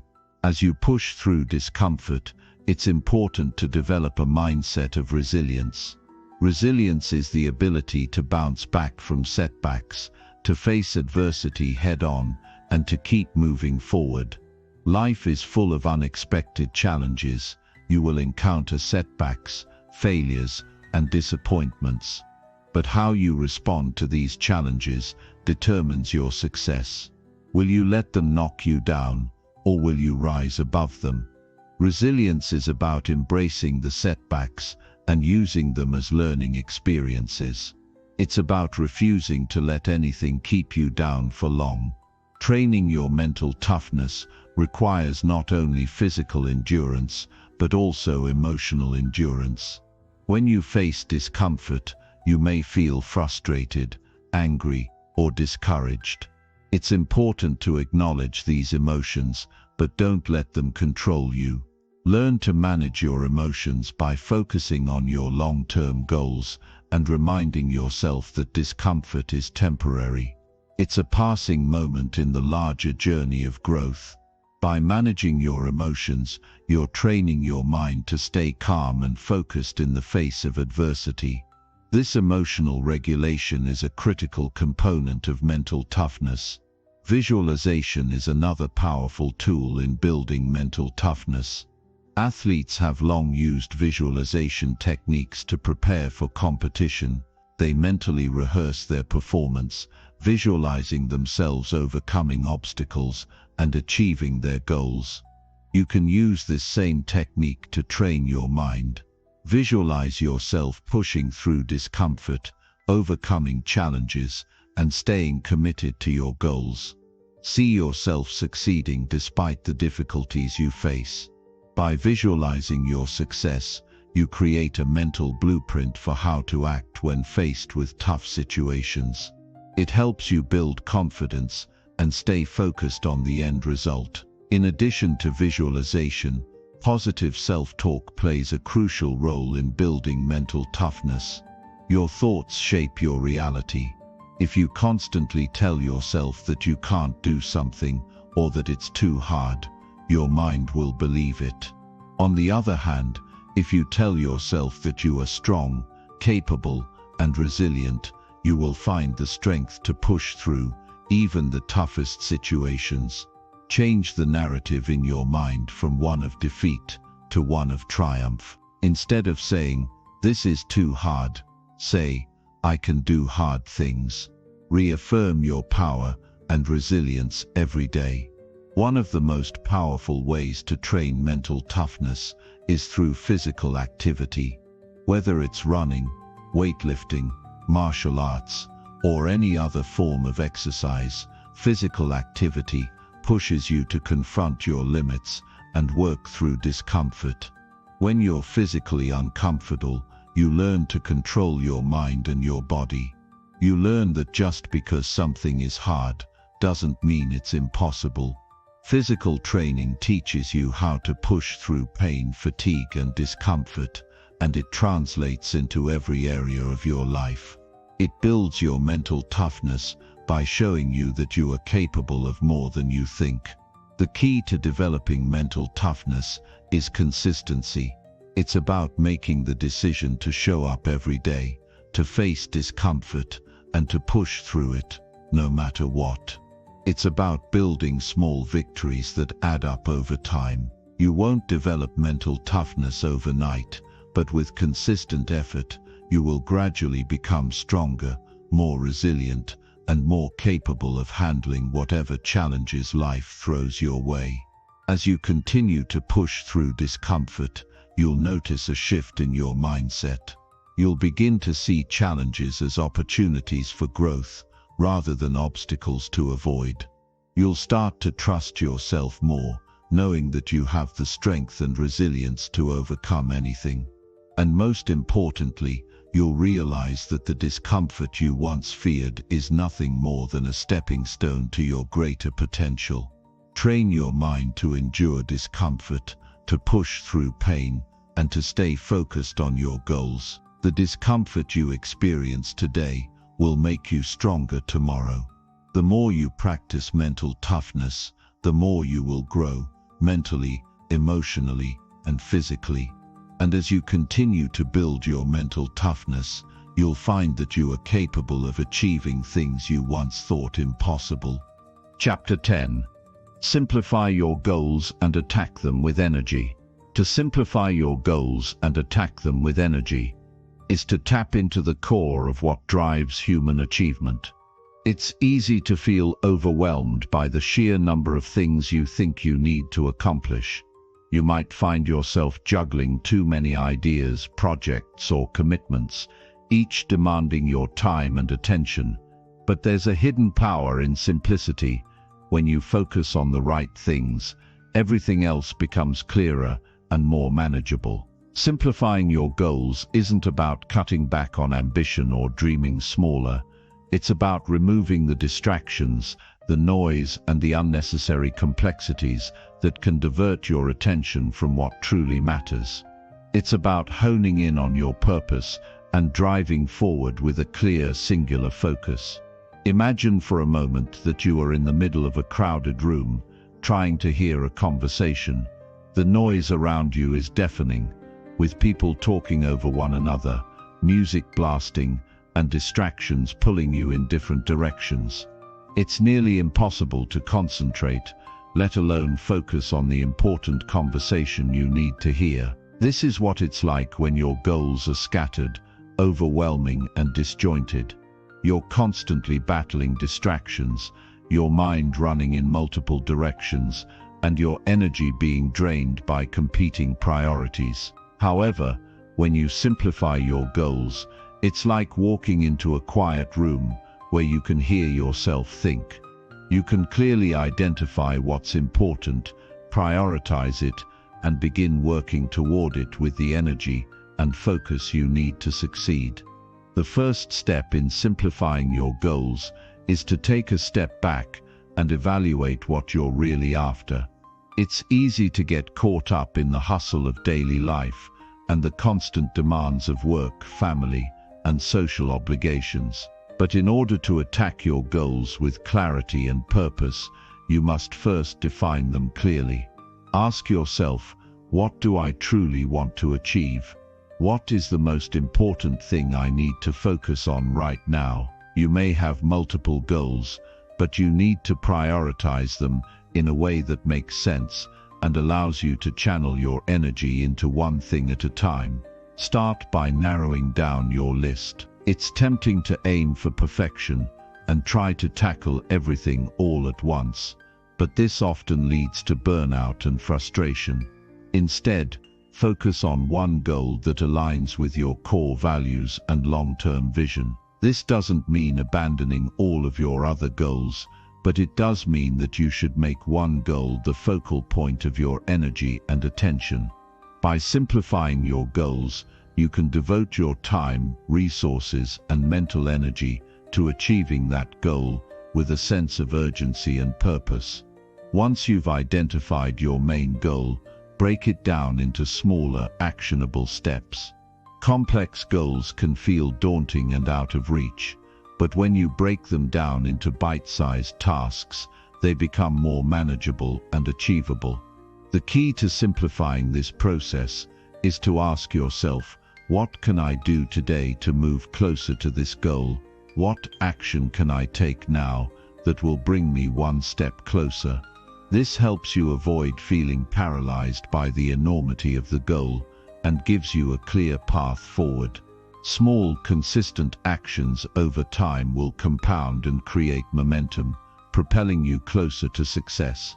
As you work on simplifying your goals, you must also learn to eliminate distractions that take you off course. Life is full of temptations and diversions that can easily derail your progress. Whether it's social media, negative influences, or unnecessary commitments, these distractions steal your time, energy, and focus. One of the most powerful things you can do for your productivity is to guard your time fiercely. Set clear boundaries with yourself and others, and protect the time you've dedicated to working on your goals. You don't need to say yes to every opportunity that comes your way, and you don't need to be available to everyone all the time. By simplifying your commitments and saying no to things that don't serve your goals, you free up the energy to pour into what truly matters. Another important aspect of attacking your goals with energy is maintaining a high level of enthusiasm and drive. When you simplify your focus, you create space for passion to flow. It's easier to get excited about a goal that you know is achievable and aligned with your values. When your goal feels big and overwhelming, it can sap your motivation, but when you break it down into manageable chunks and focus on the next step, it becomes something you can tackle with renewed energy. This is where enthusiasm becomes your secret weapon. Your energy is contagious, and the more you attack your goal with passion and purpose, the more others will be inspired to follow your lead. Your energy will fuel the momentum you need to keep moving forward, even when you encounter setbacks or challenges. The process of simplification isn't just about removing distractions or reducing the number of goals you pursue. It's also about simplifying your mindset. Often we make things more complicated than they need to be by overthinking, second-guessing, and worrying about the outcome. This mental clutter can hold you back and prevent you from taking action. Simplifying your mindset means learning to quiet the noise in your head and focusing on the present moment. Instead of worrying about what might go wrong or how difficult the task ahead will be, focus on the task at hand and the small steps you can take today to move closer to your goal. Stay in the moment, stay positive, and stay determined. As you simplify your goals and attack them with energy, you must also be prepared for setbacks and challenges along the way. This is part of the journey, and it's important not to let obstacles derail your progress. When things don't go according to plan, don't panic or give up. Instead, view setbacks as learning opportunities. Ask yourself, what can I learn from this experience? How can I adjust my approach to get back on track? The ability to bounce back from setbacks with a positive attitude is a critical aspect of achieving your goals. It's easy to become discouraged when things don't go as expected, but resilience is the trait that separates those who give up from those who keep going.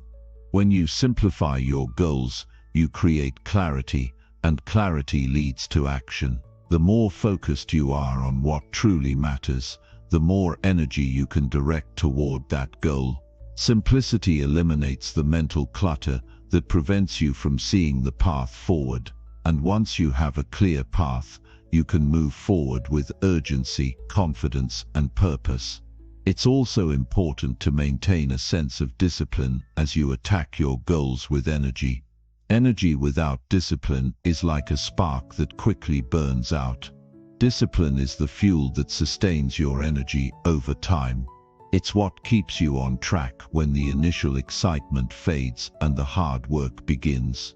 It's the determination to follow through, to stay consistent, and to keep moving forward even when the results aren't immediately apparent. Discipline is what turns effort into success, and it's what enables you to maintain momentum even in the face of obstacles. Remember, achieving your goals is not about perfection or rushing to the finish line. It's about taking deliberate, focused action, day by day, and staying committed to your purpose.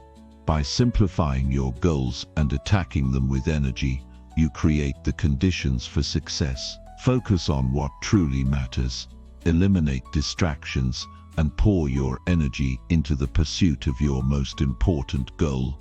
This is the path to lasting success, growth, and fulfillment. You don't need to chase every opportunity or try to do everything at once. Simplify, focus, and act with energy, and you'll see your goals transform from distant dreams into tangible accomplishments. Chapter 11. Build small habits that grow your discipline daily. Building small habits that grow your discipline daily is one of the most powerful tools you can employ in your journey toward personal growth. Habits are the foundation of every successful life. Every decision we make, every action we take, is determined by the habits we've formed. Whether it's something as simple as brushing your teeth every morning or as complex as maintaining a consistent fitness routine, habits define the trajectory of our lives. The secret to becoming disciplined isn't to start with monumental changes or to rely on bursts of willpower. It's about starting small, building steadily, and allowing those small habits to compound into something powerful. Discipline is not something that happens overnight. It's not a trait that some people are simply born with and others are not. Discipline is built, and it's built through repeated, consistent actions. The key is understanding that small changes, when done repeatedly, lead to massive results over time. These small habits, while seemingly insignificant in the moment, have the power to shape your identity and your future. The sooner you start cultivating these small habits, the sooner you'll realize how they begin to weave themselves into the fabric of your life. When you think about building discipline, it's easy to become overwhelmed by the idea of changing everything at once. You might feel like you need to wake up at 5 a.m., meditate for an hour, work out for an hour, and eat only clean meals. This all-or-nothing mindset often leads to burnout because it's not sustainable. The real power comes from taking one small action and sticking with it. Rather than trying to overhaul your entire routine in one day, start by focusing on one small habit that you can integrate into your life. This could be something as simple as setting your alarm 15 minutes earlier every day or spending 5 minutes a day stretching your body. Once you have that small habit locked in, you can build from there. Small habits, when repeated every day, build the momentum that creates lasting discipline. The most important element in building small habits is consistency. It's not enough to just do something once and expect it to stick. The true power of a habit comes from repetition. In the beginning, it might seem insignificant. You might think, this won't make a difference, or 5 minutes isn't enough. But the key is that you're creating the structure of a habit. Once you've committed to that small action, it becomes easier to build on it.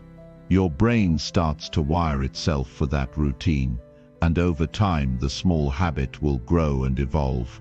For example, if you're trying to improve your physical health, don't start by committing to an hour-long workout every day. Start with something more manageable, like a 10-minute stretch or a 5-minute walk. Initially, you might not feel like it's doing much, but the goal is not just the physical outcome, it's the habit of showing up. The more consistently you show up, the more likely you'll be to increase the length and intensity of your workout as time passes. The key is that you've already built the habit of taking action, and now it becomes easier to scale. Another important element in building small habits is tracking progress. The simple act of recording your progress reinforces the habit and keeps you accountable. It's like having a visual representation of your effort. Whether it's a journal, a checklist, or a habit tracking app, seeing your progress daily helps keep you motivated. It's a reminder that you're making progress, even if it feels slow at times. This visual reinforcement fuels your motivation and encourages you to keep going. It doesn't have to be fancy, just write down the small action you took and check it off at the end of the day. Over time, you'll see the pattern of your growth, and you'll feel a sense of pride and accomplishment. One thing that many people forget when trying to build habits is that setbacks are part of the process. It's easy to get discouraged when you miss a day or don't follow through on a habit. But rather than seeing setbacks as failures, view them as learning opportunities. Understand that building a habit is not about being perfect, it's about being consistent. If you miss a day, don't give up entirely. Pick up where you left off and keep going. Setbacks are inevitable, but your ability to bounce back is what ultimately strengthens your discipline. When building habits, it's also important to understand that they are cumulative. Each small habit feeds into the next. Once you've successfully integrated one habit into your routine, you can add another one. The process becomes exponential. As you begin building small habits, you'll notice that they start to intersect and support one another. For example, if you're building the habit of waking up earlier, you'll likely find that you have more time to focus on other areas of your life, like exercise, reading, or journaling. One small habit becomes the gateway to others. Before you know it, you've built a foundation of discipline that sets you up for success in all areas of your life. In addition to consistency and tracking, there's another powerful tool for building small habits: setting clear intentions. Knowing why you're building a specific habit is essential to maintaining motivation. If your goal is simply to be healthier, you'll have a harder time sticking to that habit when things get tough. But if you attach a specific reason to your habit, like "I want to improve my energy levels so I can be more productive at work," you'll have a clearer sense of purpose. When you understand the why behind your habit, it becomes more meaningful, and you're more likely to stick with it, even on the tough days. Building small habits also involves creating an environment that supports your success.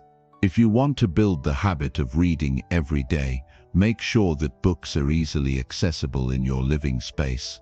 If your goal is to wake up earlier, prepare your environment the night before by setting your clothes out or preparing your breakfast.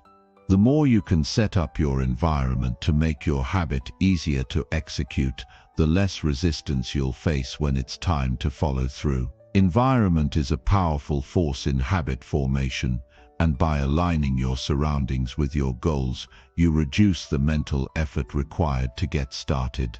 Another helpful tactic for building small habits is to tie them to an existing routine. This is known as habit stacking.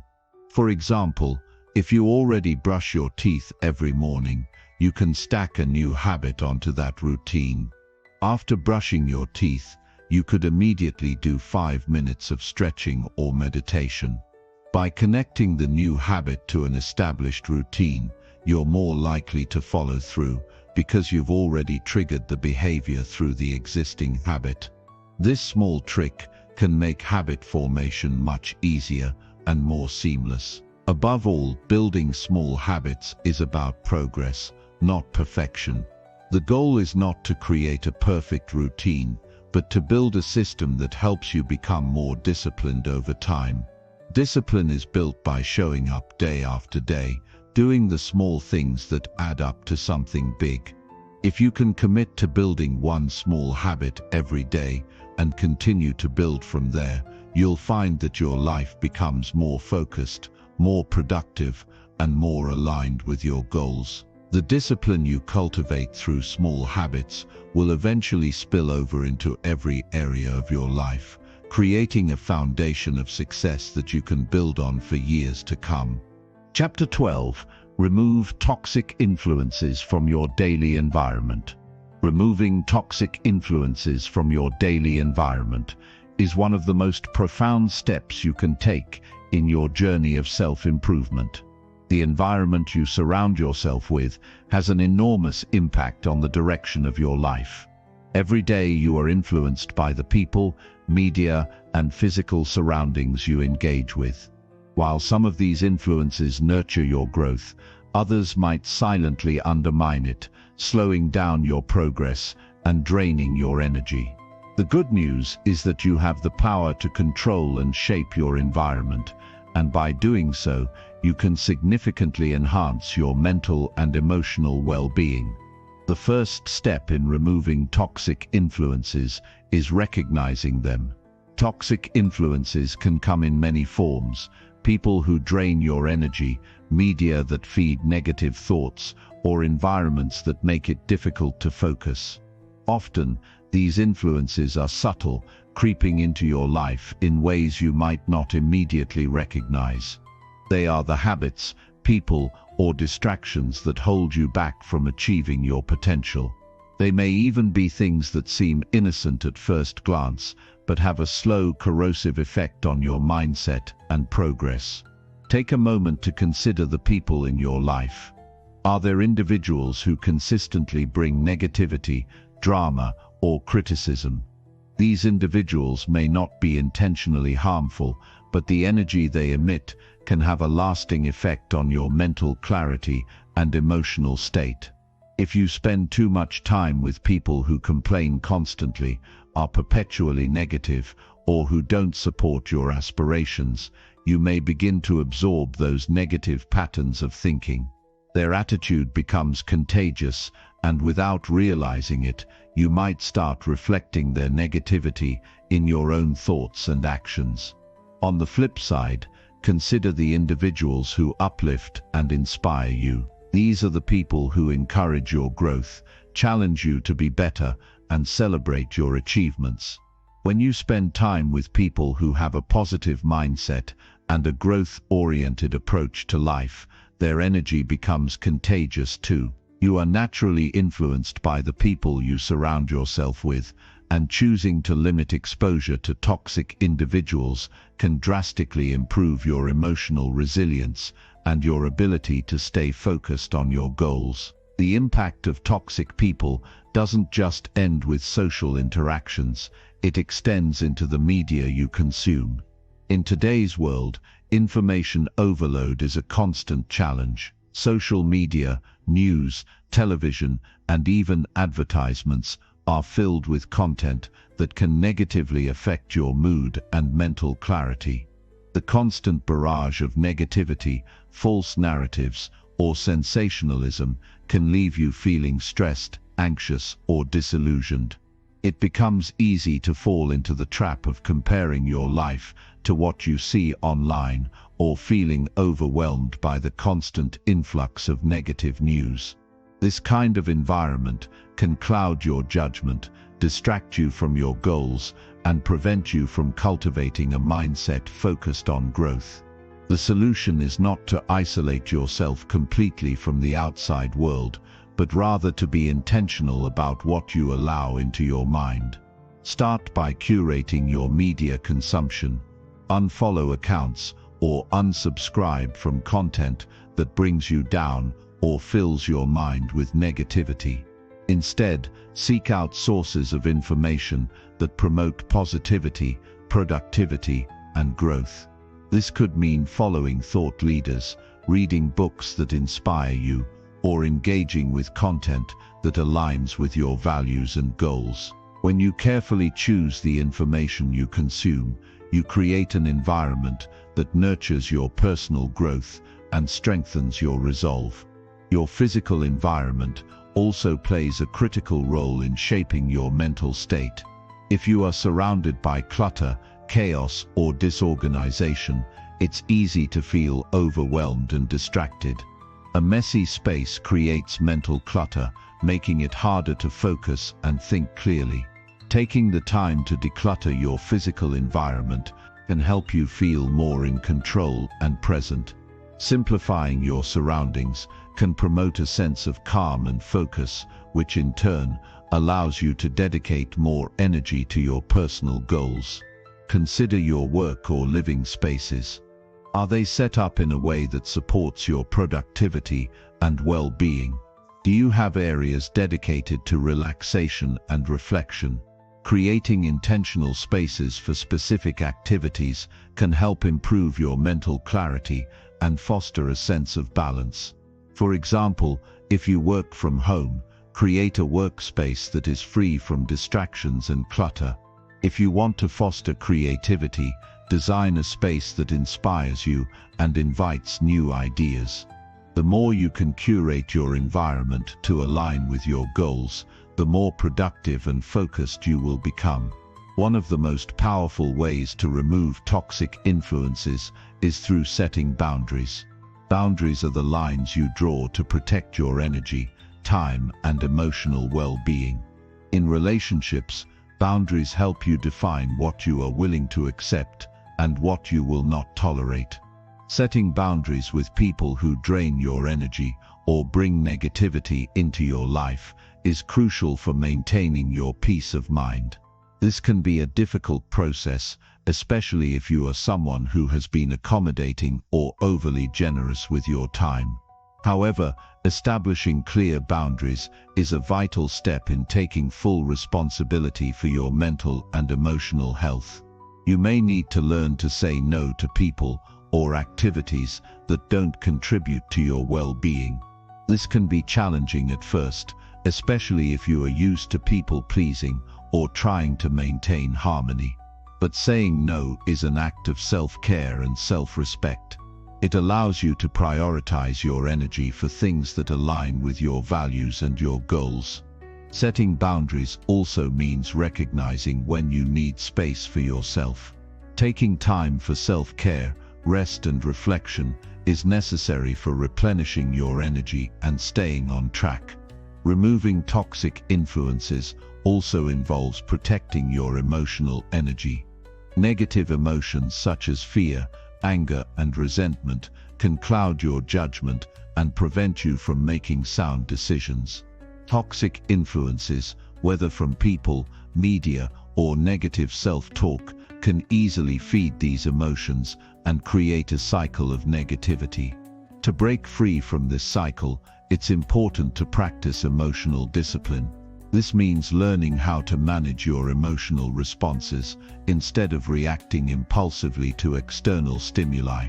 One of the best ways to protect your emotional energy is by practicing mindfulness. Mindfulness helps you stay present and aware of your emotions, thoughts, and reactions.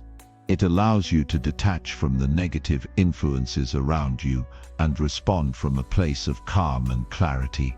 Regular mindfulness practices, such as meditation or deep breathing, can help you maintain a sense of peace and focus throughout the day, even in the face of external challenges. In addition to protecting your emotional energy, it's also crucial to guard your mental energy. Mental energy is the fuel that drives your thinking, decision-making, and problem-solving abilities.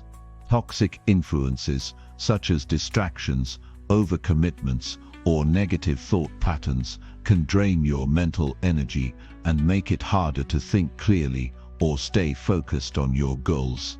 To protect your mental energy, you need to identify and eliminate sources of distraction and negativity. One of the most effective ways to do this is by simplifying your daily routine. Limit the number of decisions you have to make by automating or batching tasks. For example, meal prepping, setting specific times for work, and eliminating unnecessary choices in your day can free up mental energy for more important tasks. Reducing clutter in your physical space also helps clear your mind, allowing you to focus on the things that matter most.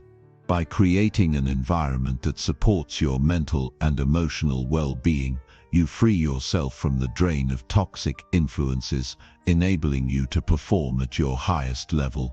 Finally, removing toxic influences from your environment is a process of continuous reflection and refinement. It's not something that you do once and forget about. As you grow and evolve, new toxic influences may emerge, or old ones may resurface in different forms. It's important to regularly assess the people, media, and physical spaces you engage with to ensure they are still contributing to your well-being and growth. By staying aware of the influences around you and making adjustments as needed, you can maintain an environment that fosters your personal growth and helps you achieve your goals.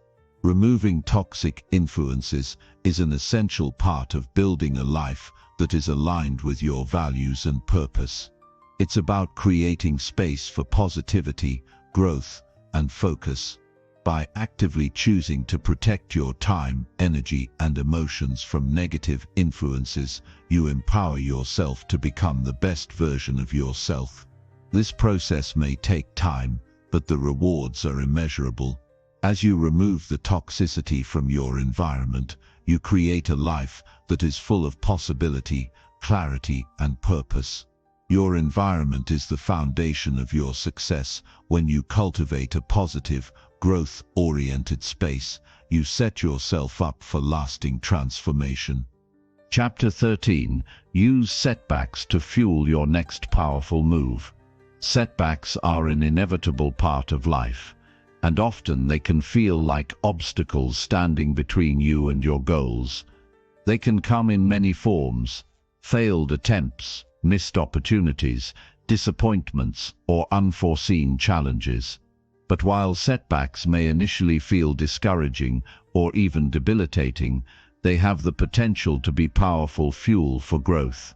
The key is to learn how to shift your perspective and use setbacks as opportunities for further development, instead of allowing them to derail your progress. The first step in using setbacks to fuel your next powerful move is to shift your mindset about failure. Many people view failure as a reflection of their abilities, something that defines their worth or their potential. In reality, failure is simply a part of the process, a temporary and necessary stage on the road to success. If you can learn to see failure not as an endpoint but as a stepping stone, it transforms from a negative experience into a catalyst for growth. The more you embrace this mindset, the more resilient you become in the face of setbacks. When you encounter a setback, take a moment to pause and reflect. It's easy to react impulsively or emotionally, but this reaction often leads to self-doubt and frustration. Instead of succumbing to these negative emotions, take a step back and try to gain some distance from the situation. Ask yourself, what can I learn from this? How can this experience help me grow? Rather than focusing on what went wrong, focus on what went right and what can be improved. This process of reflection turns setbacks into valuable learning experiences that can propel you forward. It's also important to recognize that setbacks are often the result of factors beyond your control. Life is unpredictable, and sometimes things simply don't go as planned. External circumstances, timing, or even the actions of others may contribute to your setbacks. Instead of ruminating on these external factors, focus on what you can control: your actions, your mindset, and your responses. By taking full responsibility for how you react to setbacks, you empower yourself to remain in control of your path, regardless of external challenges. In addition to reflection, it's crucial to reframe the setback as an opportunity for refinement. Every time you experience a setback, there's valuable feedback to be gained. Ask yourself, what didn't work? Why didn't it work? What could I have done differently? This isn't about self-criticism, it's about learning and growth. Understanding the specific reasons behind a setback allows you to adjust your approach moving forward, strengthening your ability to navigate future challenges. Over time, this process of constant refinement builds greater skill, resilience, and wisdom. Another powerful way to use setbacks to fuel your progress is to revisit your why, the reason you started your journey in the first place. Setbacks can sometimes make us question our goals, motivations, and ability to succeed. In moments of doubt, reconnecting with your deeper purpose can reignite your passion and resolve. Reflect on why this goal matters to you, why it's worth the effort, and how it aligns with your values. A clear, compelling why provides the fuel you need to push through tough times and keep moving forward. When setbacks challenge your progress, remind yourself that the struggle is part of the process and that it's all moving you closer to the life you want to build. It's also helpful to recognize the role of persistence in turning setbacks into successes.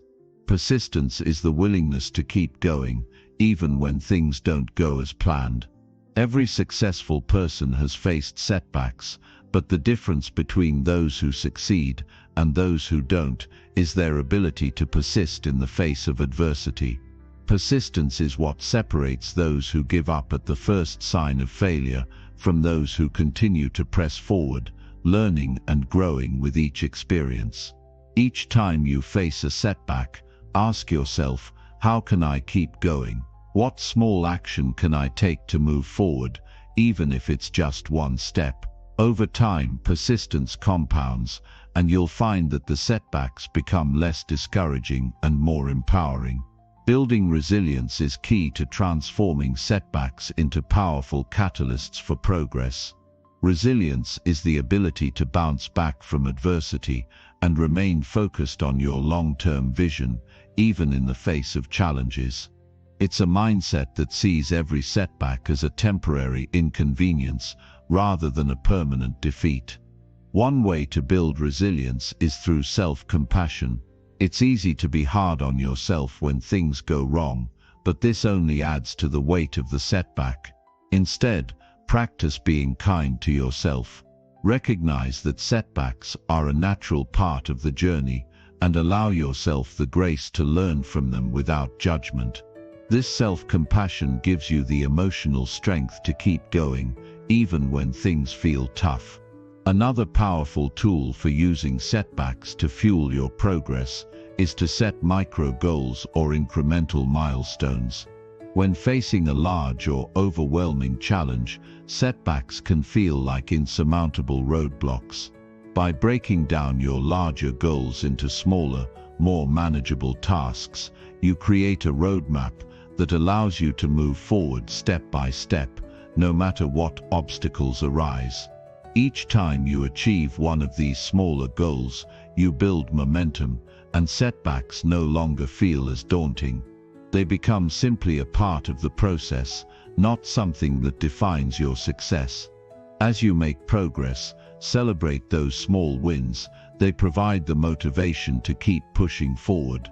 Additionally, surrounding yourself with supportive people can help you navigate setbacks more effectively. A strong support system can provide encouragement, advice, and perspective when you're struggling. Having people who believe in you and your potential can help you stay focused on your goals and remind you that setbacks are just a temporary part of the journey. When you're feeling discouraged, talk to someone who can offer a fresh perspective or help you see things in a new light. Sometimes, just knowing that you're not alone in your struggles can make all the difference in how you respond to setbacks. It's also important to remember that setbacks don't define your worth or your future. Everyone experiences them. The difference between those who succeed and those who fail is not the absence of setbacks, but how they respond to them. If you treat setbacks as temporary detours rather than dead ends, you can continue to move forward with renewed strength and determination. Success doesn't come from avoiding setbacks, it comes from how you handle them when they arise. Finally, use each setback as an opportunity to build your mental and emotional toughness. The more you face setbacks and work through them, the stronger and more capable you become. Mental toughness is the ability to remain focused and calm in the face of adversity. It's the quality that allows you to stay on course, even when things get difficult. With each challenge you overcome, you develop a deeper sense of inner strength and resilience. You begin to see setbacks as less of a threat and more as a natural part of the journey toward success. Setbacks are not the end of your story. They are the raw material for your growth. When you shift your mindset to view setbacks as opportunities for learning, refinement, and persistence, you unlock the potential to use each setback as fuel for your next powerful move. Your ability to bounce back, adjust your course, and continue moving forward will determine your success. Embrace setbacks as part of the process. Use them to sharpen your skills, clarify your purpose, and strengthen your resolve. With each setback, you become more capable of achieving your goals and living the life you were meant to create. Chapter 14. Speak only what builds clarity, strength, and self-control. The words we speak are more than just a form of communication. They are powerful forces that shape our thoughts, influence our emotions, and create our reality. Our words hold the power to build or to break down, to clarify or confuse, to strengthen or weaken.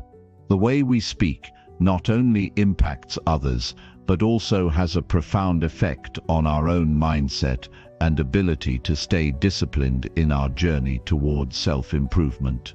Speaking only what builds clarity, strength, and self-control is a practice that can transform your life, one word at a time. What you say and how you say it directly influence your mental state and your behaviors. If you constantly speak words that are negative, self-limiting, or full of excuses, those words reinforce a mindset of weakness and self-doubt. On the other hand, speaking with purpose, clarity, and strength cultivates a mindset of empowerment and control. Every word you speak is either moving you toward your goals or pulling you further away. That's why it's crucial to become mindful of the language you use and to choose words that support the person you want to become. It's easy to slip into habits of speaking without thinking, especially in moments of stress, frustration, or uncertainty. We might say things like, "I can't do this," "I'm not good enough," or "this is too hard." These statements may seem harmless, but over time, they erode your confidence and reinforce a belief that you are powerless. If you find yourself frequently speaking this way, take a step back and ask yourself, what am I really saying? What am I reinforcing with these words? The truth is, the words we speak are often reflections of our inner beliefs. If your words are filled with negativity, it's a sign that you need to work on transforming your inner dialogue. The key to shifting this dynamic is to become intentional with your words. When you speak, aim to speak with purpose and clarity. Every word should serve a greater purpose, to clarify your goals, to strengthen your resolve, and to maintain your self-control. Speaking in this way is an exercise in discipline.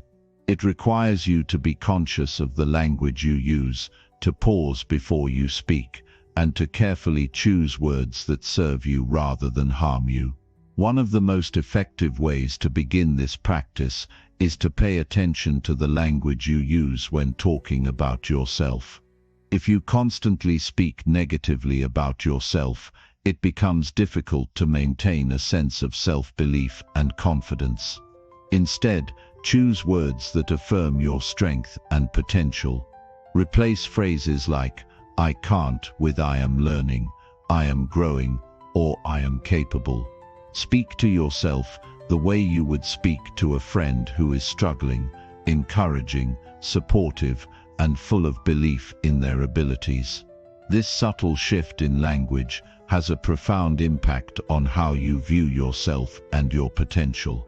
In addition to speaking positively about yourself, it's important to speak in a way that encourages action and clarity.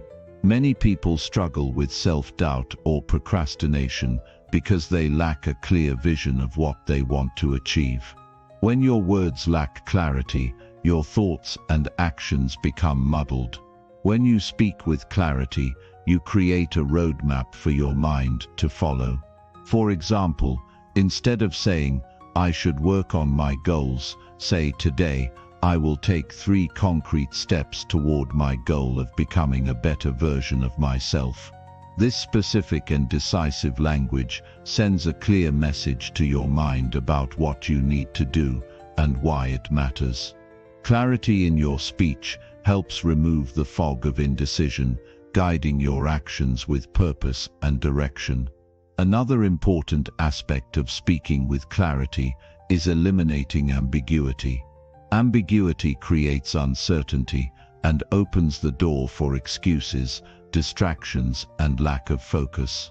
When you speak in uncertain or non-committal terms, you dilute your commitment to your goals. Instead of saying, "I'll try to get better," say, "I will get better." Instead of "I might go to the gym today," say, "I am going to the gym today." Clear, decisive language leaves no room for hesitation. It solidifies your intention and sets you up for success. Speaking with strength is also about embodying confidence in every word you say. When you speak with conviction, you demonstrate to yourself and others that you are serious about your goals and your personal growth. Confidence isn't about arrogance, it's about quiet certainty in your own ability. It's about trusting that you have what it takes to overcome challenges and achieve your objectives. Speak with the confidence that your efforts are worthwhile, that your success is inevitable, and that you are fully capable of handling whatever comes your way. Strength in speech also means resisting the urge to make excuses. When you make excuses, you diminish your power. Excuses imply that you are a victim of circumstance, that external factors control your success, and that you're powerless to change your situation. Instead of making excuses, take ownership of your actions. If you miss a workout, don't say, "I was too tired."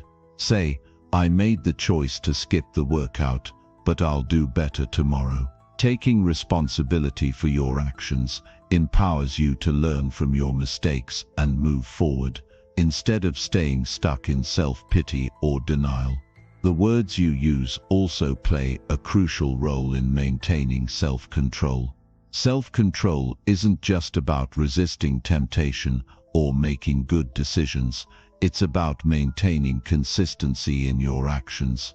If your words are inconsistent with your actions, it creates a sense of internal conflict. When you say you're committed to a goal, but your actions don't reflect that commitment, you undermine your self-control. But when your words and actions align, you build momentum, discipline, and the inner strength to stay on track. Another powerful aspect of using your words to build self-control is to focus on what you will do, rather than what you won't do. Focusing on the negative, what you want to avoid or stop doing, can create a sense of deprivation or struggle. Instead, focus on the positive actions you will take.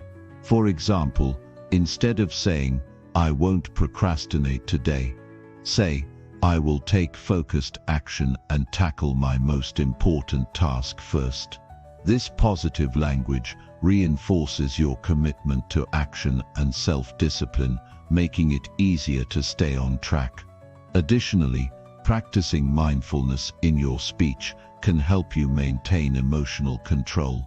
Emotions can sometimes drive us to speak impulsively, especially when we're angry, frustrated, or stressed. It's easy to lash out or say things we don't mean when we let our emotions take over. But when you practice mindfulness in your speech, you create a buffer between your emotions and your words. This allows you to respond thoughtfully rather than react impulsively.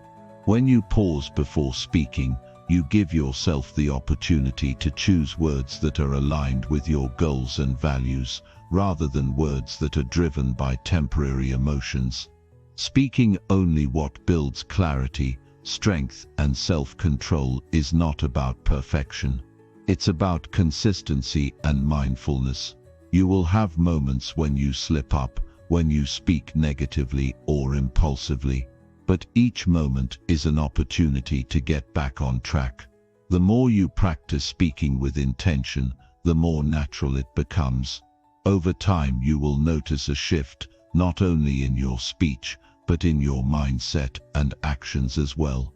The words you speak will reflect the person you are becoming, someone who is clear in their purpose, strong in their resolve, and disciplined in their actions. In summary, the words you speak hold immense power. They shape your thoughts, actions, and ultimately your life. By choosing to speak only what builds clarity, strength, and self-control, you create a solid foundation for your personal growth. Speak with purpose, clarity, and confidence. Eliminate ambiguity and excuses, and take ownership of your words and actions. Your speech is a reflection of your mindset, and by aligning your words with your values, you will unlock the power to create the life you desire. Chapter 15. Take cold action when your mind wants comfort. There comes a moment in every pursuit, every dream, and every goal where you are faced with a choice to give in to the comfort of the mind or to take bold, uncomfortable action. The mind is wired for comfort and safety. It craves ease, routine, and the avoidance of discomfort. It's easy to let this natural instinct guide your decisions, but the reality is that the path to growth and success is paved with discomfort. Taking cold action, acting even when your mind tells you to stay comfortable, is the key to breaking through your limitations and achieving extraordinary things. Every goal worth pursuing requires an element of discomfort. If it didn't, everyone would be achieving them. The difference between those who succeed and those who don't often lies in the ability to take action in the face of discomfort. It's not about waiting for the perfect moment when you feel completely ready or confident. It's about pushing through the internal resistance that wants to keep you where you are. When your mind whispers, "Just rest," or "You deserve a break," or "It's too hard right now," that's the moment to push harder. That's when you need to step outside of your comfort zone and take cold, decisive action. This action doesn't have to be grand or dramatic, but it must be intentional. It must move you forward, even if just a small step, even when every part of you is begging you to pause. Taking cold action is about going beyond what feels comfortable, what feels easy, and what feels familiar. It's about recognizing that growth only happens when you push yourself beyond the mental barriers that try to keep you safe in mediocrity. The truth is, there is no growth in comfort. Every time you choose comfort, you choose stagnation. You remain stuck in the same patterns, habits, and ways of thinking. To break free from this, you must embrace discomfort. You must learn to act even when you don't feel like it, to take the first step before you're ready, and to do the hard things before they become easy. This idea of taking cold action can be seen in many different areas of life. Whether it's getting up early to work out when you'd rather stay in bed, working on your side project when you'd rather watch TV, or having a difficult conversation you've been avoiding, Taking cold action is about doing what needs to be done despite the mental resistance. It's about making progress even when the path ahead looks difficult, and it's about building the discipline to act regardless of how you feel in the moment. It's natural for the mind to seek comfort, and there's nothing wrong with it. The problem arises when comfort becomes the default mode of operation in your life. The more you give in to comfort, the weaker your ability to take bold action becomes. It becomes harder to push yourself, to move beyond the familiar, and to embrace the challenges that lead to growth. And that's why taking cold action is so crucial. It builds mental toughness and trains your mind to operate in a state of discomfort, which is where real progress lies. When you commit to taking cold action, you are essentially deciding to be the master of your own mind. You refuse to let your emotions or your temporary desires dictate your behavior. The mind might resist, telling you to avoid discomfort, but you recognize that on the other side of that discomfort lies success, growth, and achievement. This requires mental strength, but like any muscle, the more you practice it, the stronger it becomes. The first step in cultivating the habit of cold action is to become aware of the resistance. Notice when your mind is trying to talk you out of something important. It might say things like, "You'll get to it later," "You deserve a break," or "It's too hard right now." These thoughts are simply natural mechanisms of the mind trying to keep you comfortable. They are not a reflection of your true capabilities or your potential. Recognizing this resistance for what it is, your mind trying to keep you safe, is the first step in overcoming it. Once you see it, you can decide not to listen to it. You can choose to act anyway. Next, build small, incremental actions into your day that push you out of your comfort zone. Cold action doesn't always have to be dramatic. It can be as simple as starting the task you've been procrastinating on, or getting out of bed when you don't feel like it. Every time you take action in the face of discomfort, you are reinforcing your ability to push through resistance. Over time, these small actions add up and create momentum.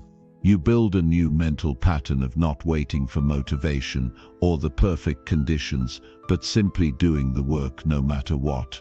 This consistency is what leads to results. One powerful way to practice cold action is to set clear intentions for your day and then follow through, regardless of how you feel.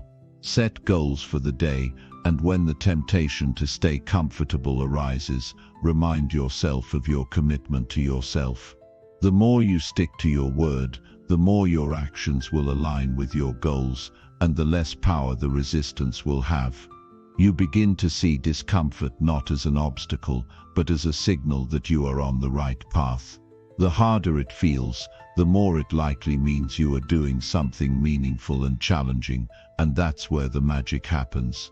Taking cold action is also about building resilience. Life doesn't always go as planned, and obstacles will inevitably arise.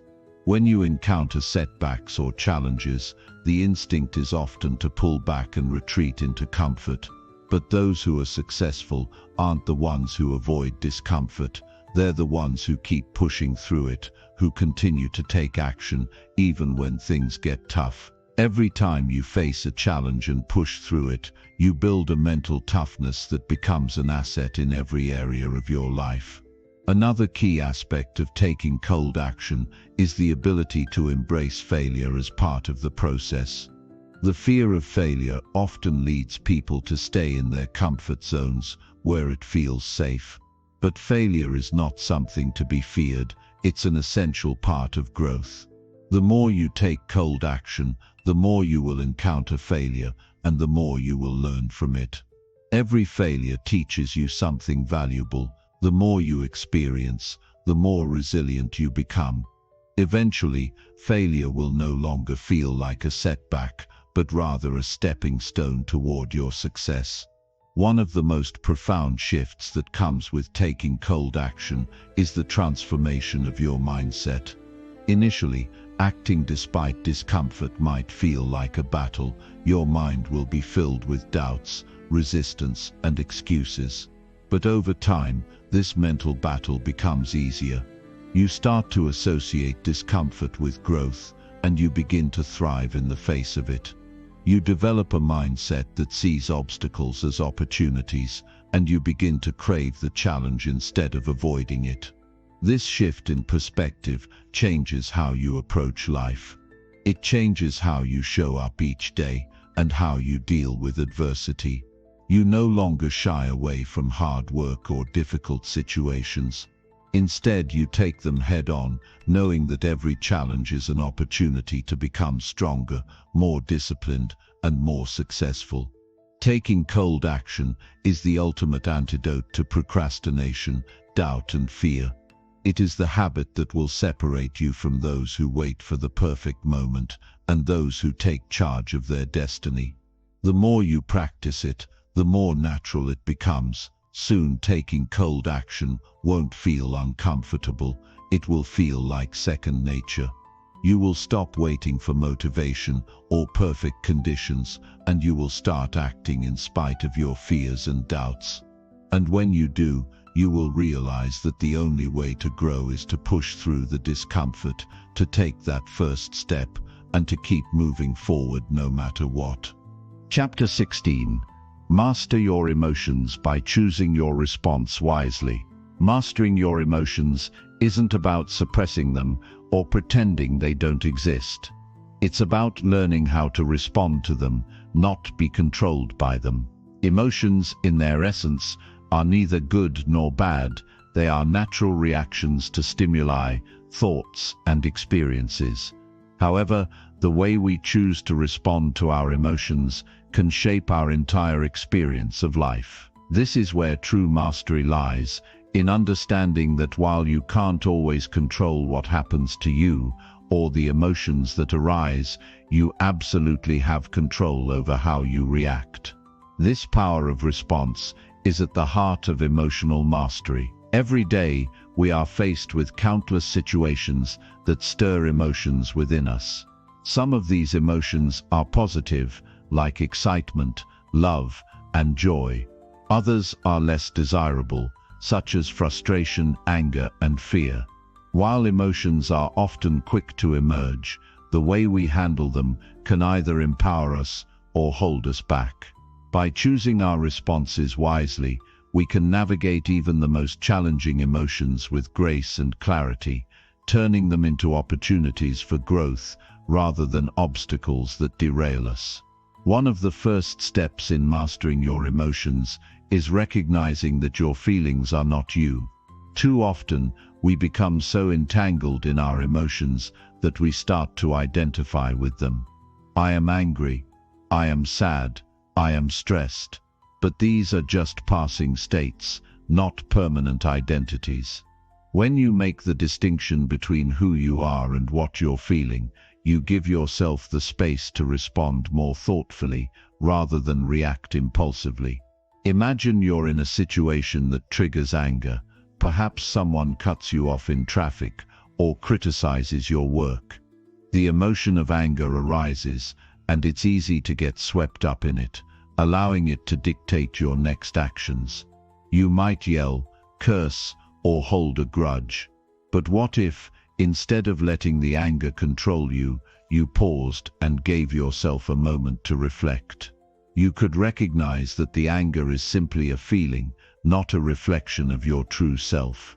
From this space, you can choose a response that serves your well-being, such as taking a deep breath, letting it go, and choosing to remain calm.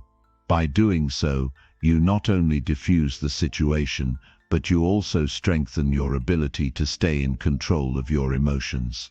This concept is central to emotional mastery. It's not about denying your emotions or pretending they don't matter. It's about understanding them, accepting their presence, and then choosing a response that aligns with your values and long-term goals. When you react without awareness, you're at the mercy of your emotions, and they dictate your actions. But when you take a step back, and respond with intention, you are in control. This is the key to emotional intelligence, understanding that you have the ability to choose your response in any given moment. One of the most powerful tools in emotional mastery is mindfulness. Mindfulness is the practice of paying attention to the present moment without judgment. It's about observing your thoughts and emotions as they arise without immediately reacting to them. This practice allows you to create a space between stimulus and response, which is where true emotional mastery happens. When you're mindful, you become more aware of how your emotions affect your thoughts and actions, giving you the opportunity to pause and choose a more effective response. For example, let's say you're feeling overwhelmed with a project at work. The natural emotional response might be anxiety or stress. Without mindfulness, you might react by procrastinating, avoiding the task, or panicking. But with mindfulness, you can observe the anxiety without judgment. You can acknowledge the feeling without letting it take over. You might recognize that the stress is simply a signal that you care about the outcome, and instead of spiraling into panic, you can choose to break the task into smaller, manageable steps. This shift in response not only alleviates the stress, but also propels you forward in a productive way. Mastering your emotions also involves understanding that emotions are temporary. They rise and fall like waves in the ocean. This is especially important to remember during intense emotional moments. Whether you're feeling furious, heartbroken, or anxious, it's important to remind yourself that these emotions will pass. Nothing lasts forever, and that includes the intensity of your emotions. When you recognize the impermanence of your feelings, it becomes easier to navigate them without getting swept away. You can ride the wave of emotion rather than being crushed by it. Another aspect of emotional mastery is learning to detach from external circumstances and realize that your emotional response is often a reflection of your internal state. It's easy to blame external events or people for how we feel. He made me angry. She hurt my feelings. The situation stressed me out.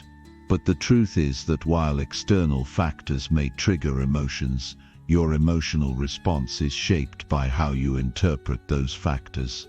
This is a powerful realization.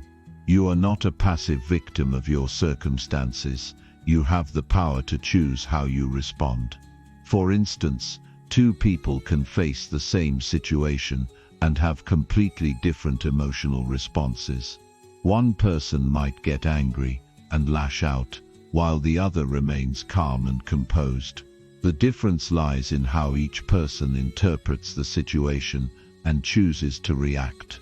By taking ownership of your emotional responses, you stop blaming others for how you feel and start taking responsibility for your emotional well-being. This shift in mindset is transformative because it empowers you to change your emotional responses rather than being at the mercy of your circumstances.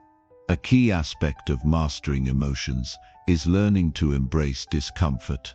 Often we try to avoid negative emotions because they feel uncomfortable, but in reality, discomfort is a natural part of life.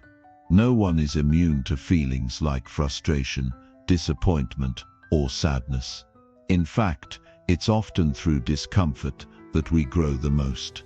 By choosing to experience and process these emotions instead of avoiding them, we can develop resilience. Resilience is not about suppressing or denying your feelings. It's about facing them head-on, acknowledging them, and choosing to move forward despite them.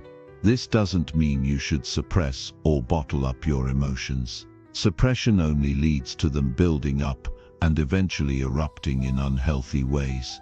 Instead, emotional mastery is about feeling your emotions fully without letting them dictate your actions.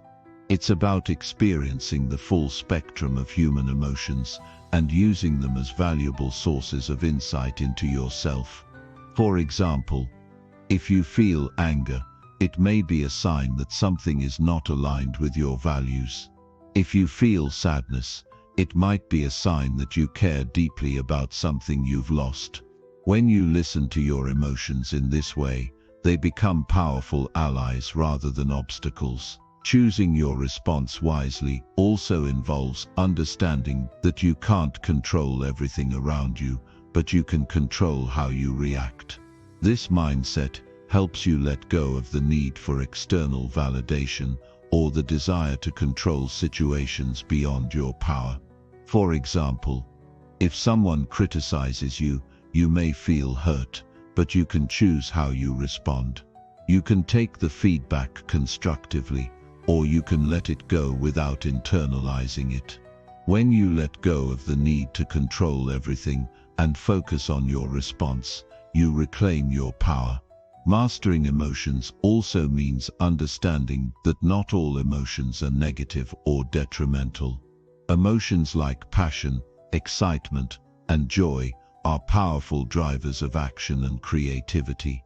The key is not to suppress these emotions, but to channel them wisely. When you feel joy, let it fuel your drive. When you feel passion, let it propel you toward your goals. The ability to harness both positive and negative emotions gives you an incredible range of emotional tools to navigate life's challenges. Ultimately, mastering your emotions is a lifelong practice. It's not about perfect control or never feeling strong emotions. It's about cultivating the wisdom to choose how you respond to those emotions. It's about developing the awareness to recognize when your emotions are taking over and having the courage to pause, reflect, and choose a response that aligns with your values. Emotional mastery doesn't mean being unaffected by life's challenges. It means being empowered to navigate them with wisdom, strength, and clarity. When you master your emotions, you master your life. Chapter 17. Eat and move in ways that increase your energy. Energy is one of the most essential commodities in our lives. Without energy, everything feels like an uphill battle. We all need the right fuel to keep our minds sharp, our bodies strong, and our spirits high. The way we eat and move profoundly influences how much energy we have throughout the day. If you're feeling drained, sluggish, or mentally foggy, it's likely because your diet and movement habits aren't serving your needs. The good news is that with small adjustments in both, you can greatly increase your energy levels, enhance your productivity, and improve your overall well-being. The body needs a constant supply of energy to function properly, and food is the primary source of that energy.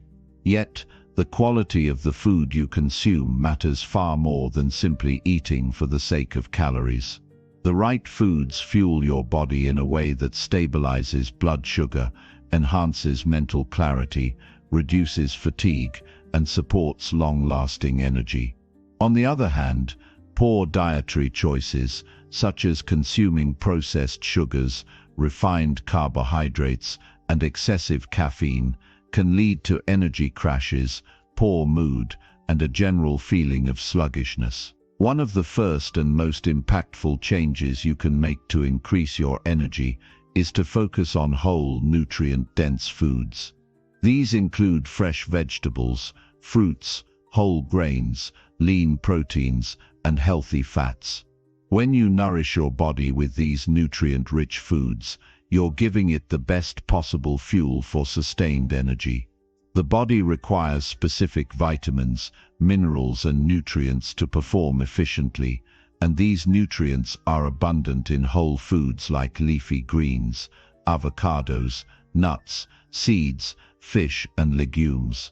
These foods don't just give you energy, they support every function of your body, from brain health to muscle function to immune strength. Eating a balanced, nutritious diet isn't just about physical energy, it also affects your mental energy. Think about how sluggish you feel after indulging in a heavy processed meal. Your mind becomes foggy, your concentration drops, and you might feel a bit lethargic. On the other hand, When you eat foods that are rich in omega-3 fatty acids, antioxidants and fiber, your brain remains sharp, your mood stays stable, and you're less likely to experience the midday slumps that often plague those who rely on sugar or caffeine for an energy boost. While it's important to focus on nutrient-dense food choices, it's equally crucial to avoid processed foods that can spike your blood sugar and leave you feeling drained. These foods, like sugary snacks, fast food and sodas, provide a temporary boost of energy, but it's short-lived, often followed by a crash. This cycle of peaks and valleys is exhausting and can lead to a constant need for quick fixes like caffeine or sugar. To break this cycle, aim for steady, consistent energy throughout the day by eating balanced meals and snacks that are rich in protein, fiber, and healthy fats. When you're aiming to increase your energy, meal timing also plays a role. Instead of eating 3 large meals, which can sometimes leave you feeling too full and sluggish, consider eating smaller, more frequent meals throughout the day. This keeps your metabolism active, stabilizes blood sugar levels, and ensures a continuous supply of nutrients. Eating every 3 to 4 hours helps prevent the dips in energy that often occur between meals, and it keeps you feeling alert and focused. Hydration is another key factor in maintaining high energy levels. Dehydration can lead to fatigue, headaches, and difficulty concentrating. In fact, even mild dehydration can cause your energy levels to plummet. Water is crucial for many bodily functions, including nutrient absorption, circulation, and temperature regulation, so make sure you're drinking enough throughout the day. A good rule of thumb is to aim for at least 8 glasses of water per day, and more if you're physically active or in hot weather. While diet plays a crucial role in your energy levels, physical activity is just as important. Exercise is a natural energy booster that increases blood flow, improves circulation, and releases endorphins, chemicals in the brain that promote feelings of happiness and well-being. Regular movement not only strengthens your muscles and improves cardiovascular health, but it also reduces feelings of fatigue and boosts overall vitality. The more active you are, the more energy you'll have to tackle your day with enthusiasm and focus. But it's not just about any form of movement. The type of exercise you engage in also impacts your energy. A combination of cardiovascular exercises, like walking, running, cycling, or swimming, and strength training is ideal for increasing energy. Cardiovascular exercise boosts circulation, delivering more oxygen to your cells, which helps you feel more energized. Strength training, on the other hand, builds muscle mass, increases metabolism, and enhances endurance. Both types of exercise support sustained energy levels by improving your physical health, and when your body feels strong and capable, your energy is naturally boosted. You don't need to engage in intense workouts every day to see improvements in your energy. Even moderate physical activity, like a brisk walk, yoga, or stretching, can make a significant difference. Consistency is key. Rather than pushing yourself too hard in a single workout, aim for regular movement throughout the week. This will not only help improve your energy, but it will also reduce stress, enhance your mood, and improve your sleep quality, all of which contribute to feeling more energized. Sleep is another pillar of energy that should not be overlooked. It's during sleep that your body repairs itself, restores energy, and strengthens your immune system. If you're not getting enough restorative sleep, your energy levels will suffer no matter how well you eat or exercise. Prioritize getting 7–9 hours of quality sleep each night, and ensure that your sleep environment is conducive to rest. This means creating a calm, dark, and quiet space, avoiding stimulants like caffeine and electronics before bed, and developing a consistent sleep schedule. There's also a relationship between stress and energy that cannot be ignored. Chronic stress is a major energy drain, and it's often the result of both mental and physical tension. If you're feeling overwhelmed, anxious, or constantly on edge, it can leave you feeling mentally and physically depleted. Managing stress is essential for maintaining high energy levels. Practices like mindfulness, deep breathing, meditation, and even journaling can help you stay calm and focused, reducing the mental burden of stress and giving you the mental and physical energy to take on the day. While you cannot always control the external stresses in your life, you can control how you respond to them. By creating space for rest and recovery, engaging in regular physical activity, and ensuring you're eating nutrient-dense foods, you provide your body with the resilience it needs to handle life's challenges without sacrificing your energy.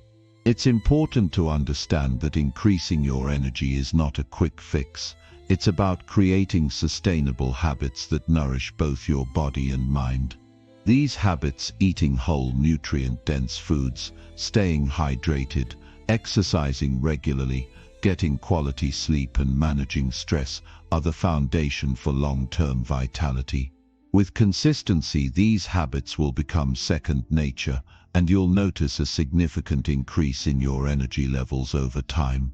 So make the decision today to start fueling your body with the right foods, moving it in ways that increase vitality, and nurturing your mind and body with rest and stress management. Your energy is your most valuable resource, and by taking intentional action to care for it, you will create a life of increased productivity, better health, and greater joy.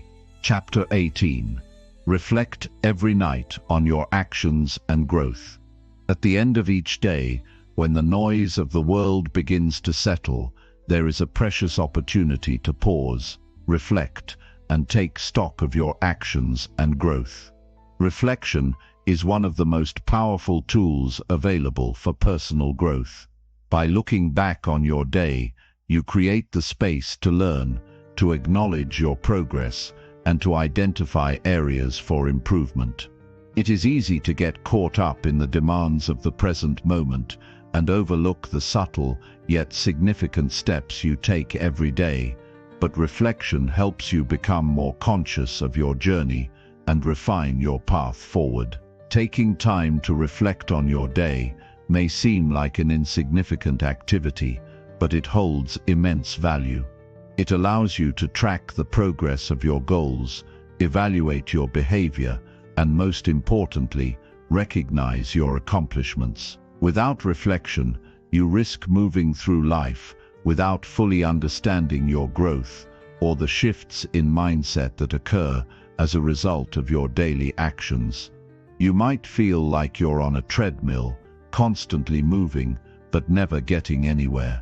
Reflecting each night helps break this cycle, allowing you to stop, assess, and adjust. Reflection is more than just looking back on what you've done. It's about being present in the moment and analyzing your actions, thoughts, and feelings. It requires honesty, self-awareness, and the courage to confront uncomfortable truths about yourself. By doing so, you open the door to real change. Reflecting is not about being critical of yourself, but rather about becoming more aware of your strengths and weaknesses. It's about understanding how your actions align with your values and determining where you can make adjustments for future growth. When you take the time to reflect on your day, you can ask yourself powerful questions that help guide your personal development. For instance, ask yourself, what did I do today that brought me closer to my goals? What actions did I take that I am proud of? Where did I fall short? Why did I act the way I did in certain situations? What lessons can I learn from my mistakes? How can I adjust my approach tomorrow? These questions allow you to reflect not only on your behavior, but also on your mindset, your choices, and the deeper motivations behind your actions. It's important to note that reflection is not just about focusing on your successes or your failures. It's about examining the totality of your experiences, whether they were positive or negative, and using them as stepping stones for growth. When you reflect on your day, you should acknowledge what went well and give yourself credit for the hard work you've put in. However, you should also be willing to look at what didn't go as planned and consider how you can improve. This is not an opportunity to beat yourself up, but rather an opportunity to grow stronger, wiser, and more capable of handling the challenges that lie ahead. One of the key benefits of reflection is that it allows you to identify patterns in your behavior. By looking back on your actions over time, you can notice whether you are consistently moving closer to your goals or whether there are habits and actions that are holding you back. Perhaps you notice that you often procrastinate in the mornings, or that you tend to get distracted in the afternoon. Maybe you find that you consistently make decisions based on fear or hesitation rather than confidence and clarity. Recognizing these patterns gives you the insight you need to make intentional changes and take more control over your decisions. Another benefit of reflecting on your day is the sense of satisfaction it can bring. When you take a moment to acknowledge the progress you've made, no matter how small, it reinforces the belief that you are moving forward. This sense of accomplishment provides motivation to keep pushing, even when things get tough. It creates a positive feedback loop that encourages you to keep making the right choices because you can see the tangible results of your efforts. Reflection also helps you develop greater emotional intelligence. By taking the time to reflect on how you felt during certain situations, whether it was frustration, joy, anger, or excitement, you gain a deeper understanding of your emotions and how they influence your decisions. This self-awareness allows you to regulate your emotions more effectively, leading to more thoughtful, intentional responses rather than reactive, knee-jerk reactions. As you become more in tune with your emotions, you'll find it easier to maintain your composure in challenging situations and make decisions from a place of clarity rather than emotional turmoil. Building the habit of nightly reflection also strengthens your ability to stay present.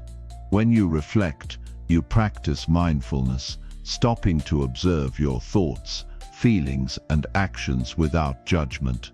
This practice trains you to live more intentionally, rather than merely reacting to external circumstances. It allows you to take a step back and view your life from a broader perspective, helping you make decisions that align with your long-term goals instead of getting caught up in the moment. Incorporating reflection into your routine doesn't require a lengthy or complex process. It can be as simple as taking 5 to 10 minutes before bed to sit quietly and review your day. Some people find it helpful to journal during this time, writing down their thoughts and feelings. Journaling gives you a tangible way to track your progress and externalize your thoughts, which can be a powerful tool for self-discovery. Others may prefer to reflect quietly in their mind or meditate, focusing on the key moments of their day and how they responded to them. In addition to reflecting on your actions and growth, it's important to reflect on your goals. Where do you stand in relation to your long-term objectives? Are you making progress, or have you veered off course? Sometimes we get so caught up in the day-to-day that we lose sight of our bigger picture. Reflection gives you the space to evaluate whether your actions are moving you toward your goals or whether you need to adjust your strategy. If you've been putting in the effort but not seeing the results you desire, it's a sign that something needs to shift. Reflection is the perfect time to recalibrate and refocus on your path. Reflection also plays a crucial role in self-compassion. We often hold ourselves to impossibly high standards and beat ourselves up for not meeting them. However, reflection helps you recognize that growth is a process and that setbacks and mistakes are a natural part of that journey. By being gentle with yourself during reflection, you give yourself the grace to move forward without the weight of self-criticism holding you back. This self-compassion allows you to continue growing without the fear of failure or the burden of perfectionism. The best time to reflect is at night, as it's when the day's activities are fresh in your mind and your body is winding down. This time of day offers the ideal opportunity to assess your actions with clarity and calmness. You're not distracted by the hustle and bustle of the day, and you can focus solely on your thoughts and growth. Additionally, nighttime reflection helps you end your day on a positive note. Instead of going to bed feeling overwhelmed, stressed, or anxious, you can go to sleep with a sense of peace, knowing that you have taken the time to acknowledge your efforts and lessons. Nightly reflection serves as a tool for continued growth. It helps you consistently evaluate your progress, learn from your experiences, and take ownership of your development. It's the kind of practice that builds momentum. The more you reflect, the more you become aware of your patterns, strengths, and areas for growth. As a result, your ability to make intentional choices and drive your personal development forward increases. You become more attuned to what works for you and what doesn't, enabling you to stay on track toward achieving your goals. Ultimately, the power of nightly reflection lies in its ability to transform your mindset and approach to life. It helps you become the kind of person who takes ownership of their actions, learns from their experiences, and continually strives for improvement. By reflecting on your day, you create a habit of mindfulness, self-awareness, and growth that will continue to benefit you for years to come. So commit to this practice. Take a few moments each night to reflect on your actions, your emotions, and your progress. You'll be amazed at how it transforms your life, one small step at a time. Chapter 19. Protect your mind from anything that drains it. In our modern world, where information is constantly flowing and demands on our attention are high, it's easy for our minds to become overwhelmed. The mind is an incredibly powerful tool, but it can also be fragile and easily drained by external influences. The constant barrage of notifications, opinions, social media updates, and news cycles can eat away at our mental energy, leaving us feeling exhausted, unfocused, and disconnected. This is why protecting your mind from anything that drains it is not just a luxury, it's a necessity. The mind is the foundation for everything we do. It influences our decisions, shapes our emotions, and determines how we interact with the world. When your mind is clear and focused, you are capable of great things. However, when it's overloaded and stressed, it can be difficult to find direction or motivation. If you want to take control of your life and reach your full potential, one of the most important steps you can take is to protect your mental space from distractions and negativity. This requires intentional effort and awareness, but it's an effort that pays enormous dividends in the long run. There are many things that can drain your mental energy: the opinions of others, toxic relationships, unnecessary drama, excessive social media use, negative self-talk, and even external pressures like work or financial stress. These influences can leave you feeling scattered, anxious, and unproductive. The first step to protecting your mind is to recognize these drains and become conscious of when they are affecting you. Often, we allow these external factors to dominate our thoughts and influence our actions without even realizing it. They become so ingrained in our daily lives that we don't see how much energy we are giving away. But once you start paying attention, you'll begin to notice how much of your mental energy is being wasted. One of the most obvious drains on our mental energy is the constant use of social media. In a world where we are always connected, it's easy to fall into the trap of endlessly scrolling through feeds, checking notifications, and engaging in mindless online activities. While there is certainly value in staying connected and informed, excessive social media use can have a profoundly negative impact on our mental health.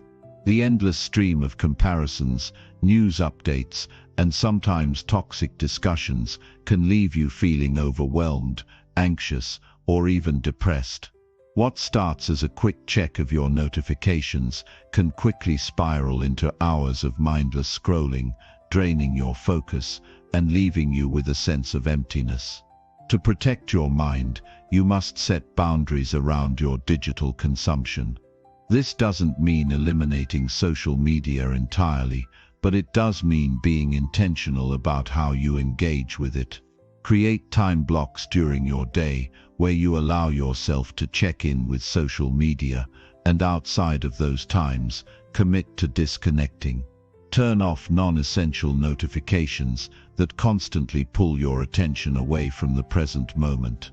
Practice mindfulness when you are online, being conscious of how certain content makes you feel. If something triggers negative emotions or feelings of comparison, avoid it or unfollow those sources. By curating your digital environment and limiting your exposure to unnecessary distractions, you protect your mental space and ensure that it remains focused on what matters most. Another significant drain on the mind comes from toxic relationships. We all know that certain people can have a profound impact on our mental health. Some uplift and inspire us, while others drain our energy and leave us feeling depleted. Toxic relationships can take many forms: the overly critical friend, the energy-draining co-worker, or the family member who constantly brings negativity into your life. These relationships can leave you feeling exhausted, disrespected, and mentally scattered.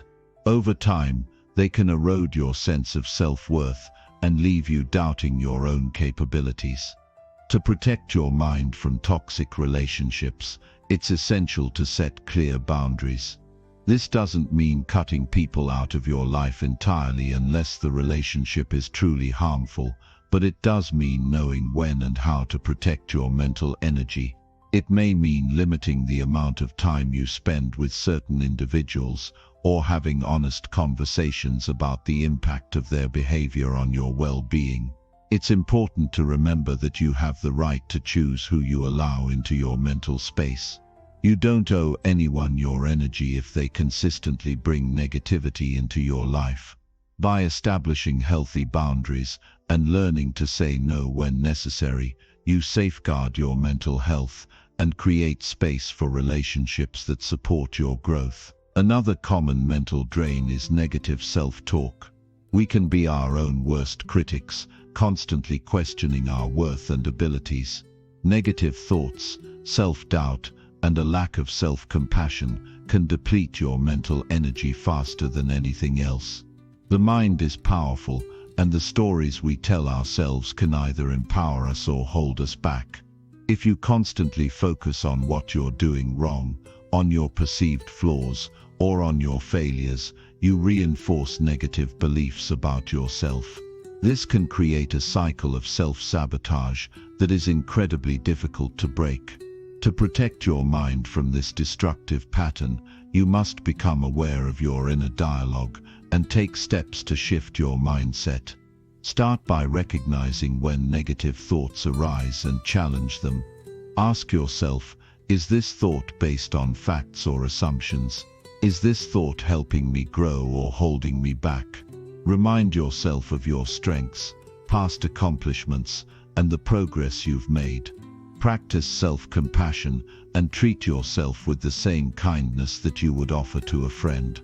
Replace negative self-talk with positive affirmations and focus on the actions you can take to move forward rather than dwelling on past mistakes.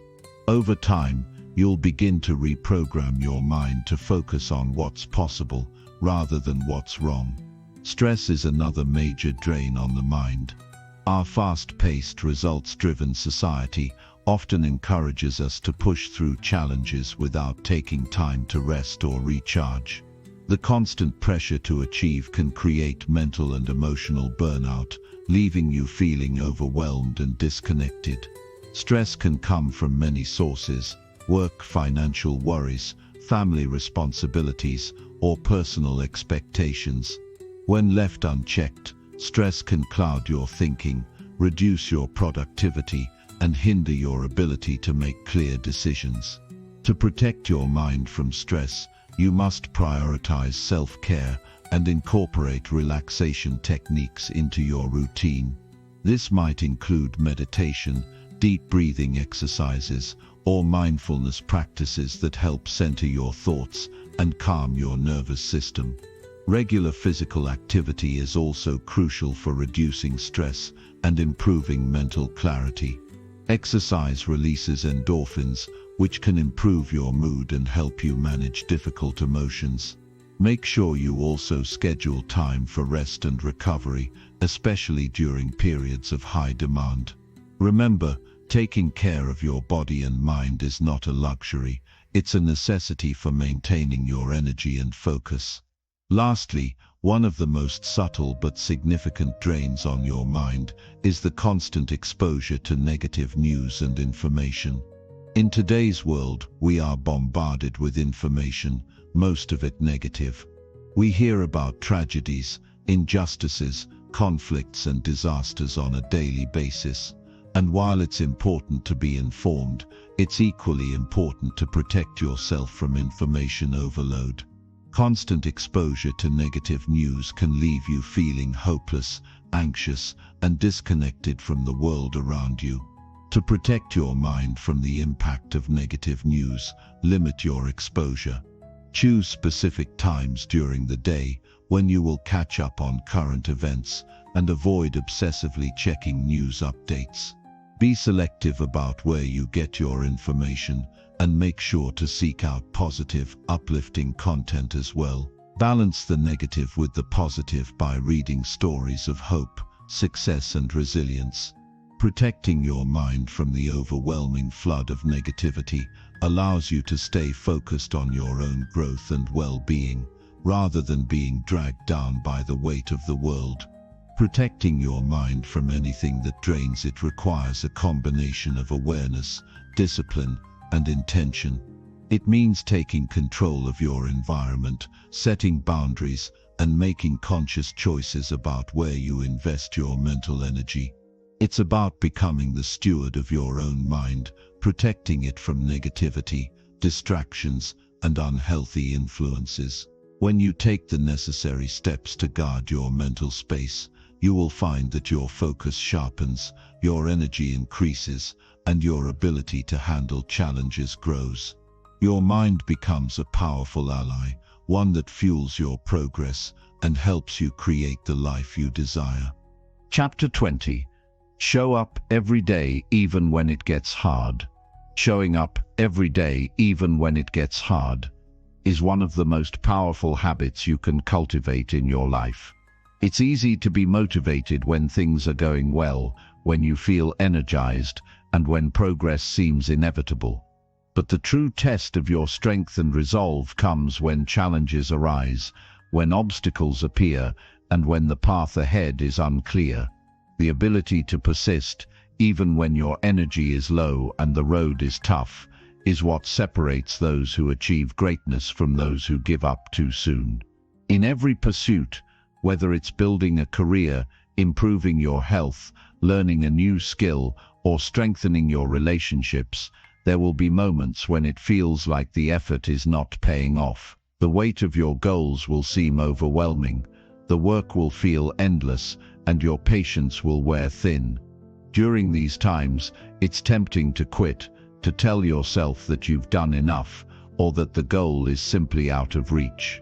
But it's precisely during these moments that showing up every day becomes a game changer. The key to overcoming these moments lies in understanding the nature of consistency. The most successful people in any field are not the ones who make huge strides only once in a while. They are the ones who show up consistently, even when the results aren't immediate or obvious. Progress is often slow, incremental, and unseen in the short term. However, every small step you take, even when it feels insignificant, contributes to your ultimate success. One of the most important things to realize when things get tough is that persistence isn't about waiting for motivation to strike. Motivation is fleeting, and relying on it to drive you will leave you stranded when it wanes. The true power comes from commitment to yourself, to your growth, and to your goals. This commitment is what fuels you to show up, even when motivation is nowhere to be found. On days when you feel drained, when life's demands feel overwhelming, or when you're faced with setbacks that make it hard to see the point of continuing, showing up means choosing to take one small action. It could be as simple as showing up for a workout, writing one paragraph of your book, or making one phone call to a potential client. It doesn't matter how small the step is. What matters is that you continue moving forward, no matter how hard it feels. There will be moments when you don't feel like working toward your goal, and that's okay. But you must learn to push through those feelings. The reality is that growth doesn't happen during the easy moments. It happens in the trenches. It's in those challenging moments that your character is forged, your resilience is built, and your discipline is strengthened. Every day that you choose to show up, even when it's hard, you're proving to yourself that you are capable of more than you realize. You are not just building the skills and abilities required to achieve your goals, you are also building the mental toughness that will carry you through the inevitable challenges that lie ahead. One of the reasons it's so important to show up every day, even when it's hard, is that consistency breeds momentum. At first, the progress may be barely noticeable, but as you continue to take action, the momentum begins to build. You'll find that the tasks you once dreaded become easier, your motivation is reignited, and the results you've been waiting for start to appear. It's similar to pushing a boulder up a hill. At first the effort is tremendous, and it seems like nothing is changing. But once you've built momentum, the boulder becomes easier to move, and the uphill climb becomes less of a struggle. Additionally, showing up every day means learning to embrace discomfort. We often avoid discomfort because it feels unpleasant, but discomfort is the key to growth. Without it, you will never know what you are truly capable of. It's easy to stay in your comfort zone and avoid pushing yourself, but you'll find that you plateau and your growth stalls. The real growth happens when you stretch yourself, when you do things that challenge you, and when you take on tasks that make you uncomfortable. Showing up every day means pushing through the discomfort, understanding that it's part of the process, and not allowing it to deter you from your path. You may wonder how to stay consistent on days when you simply don't feel like it. The answer lies in focusing on your why, the deeper reason behind your goals. When you connect with your purpose, it becomes easier to push through the tough days. Whether your goal is to achieve financial independence, get healthier, build your own business, or become the best version of yourself, it's important to remind yourself of why you're working so hard in the first place. Your why is the fuel that will keep the fire burning when everything else feels like it's slowing down. Another crucial element to consider when showing up every day is self-compassion. We are often our own harshest critics, and we tend to expect perfection from ourselves. However, this mindset can be crippling. If you miss a day, fail to meet a goal, or face a setback, it's easy to fall into the trap of self-blame and discouragement. Instead of criticizing yourself, learn to be compassionate. Understand that setbacks are part of the process and that they do not define your ability to succeed. Showing up every day doesn't mean you have to be perfect.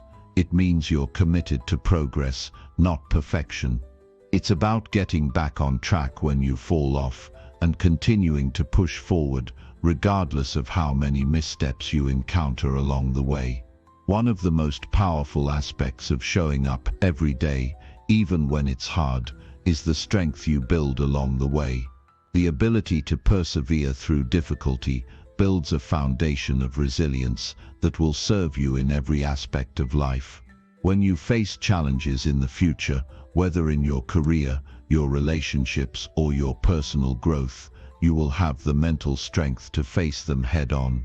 The lessons you learn during the difficult days are often the most valuable because they teach you not only what to do, but how to stay strong when things don't go as planned. Additionally, showing up every day is about building a habit of success. Successful people are not always the most talented or the most intelligent. They are the ones who consistently take action, day in and day out. Success is less about the grand moments of achievement and more about the small, everyday choices that add up over time. When you make showing up a non-negotiable part of your routine, you create a foundation for success. You develop the habit of taking consistent action, and as a result, you increase your chances of achieving your goals exponentially. It's also important to remember that you don't have to show up in the same way every day. There will be days when you can give 100% and days when your effort is more limited. But as long as you show up in some capacity, you are progressing. On tough days, showing up might mean taking a step back and allowing yourself a bit of rest. But even then, you are still making progress by acknowledging your needs and ensuring you don't burn out. Flexibility within consistency is essential to sustaining your long-term momentum. The most important thing to remember is that showing up every day is not about perfection or always getting it right. It's about building resilience, creating habits, and learning how to push through difficulty. Every time you show up, no matter how small the action, you prove to yourself that you are capable of achieving more than you initially believed. It's in the act of showing up that the real transformation occurs. As you move forward on your journey, there will undoubtedly be days when you feel like giving up, when the path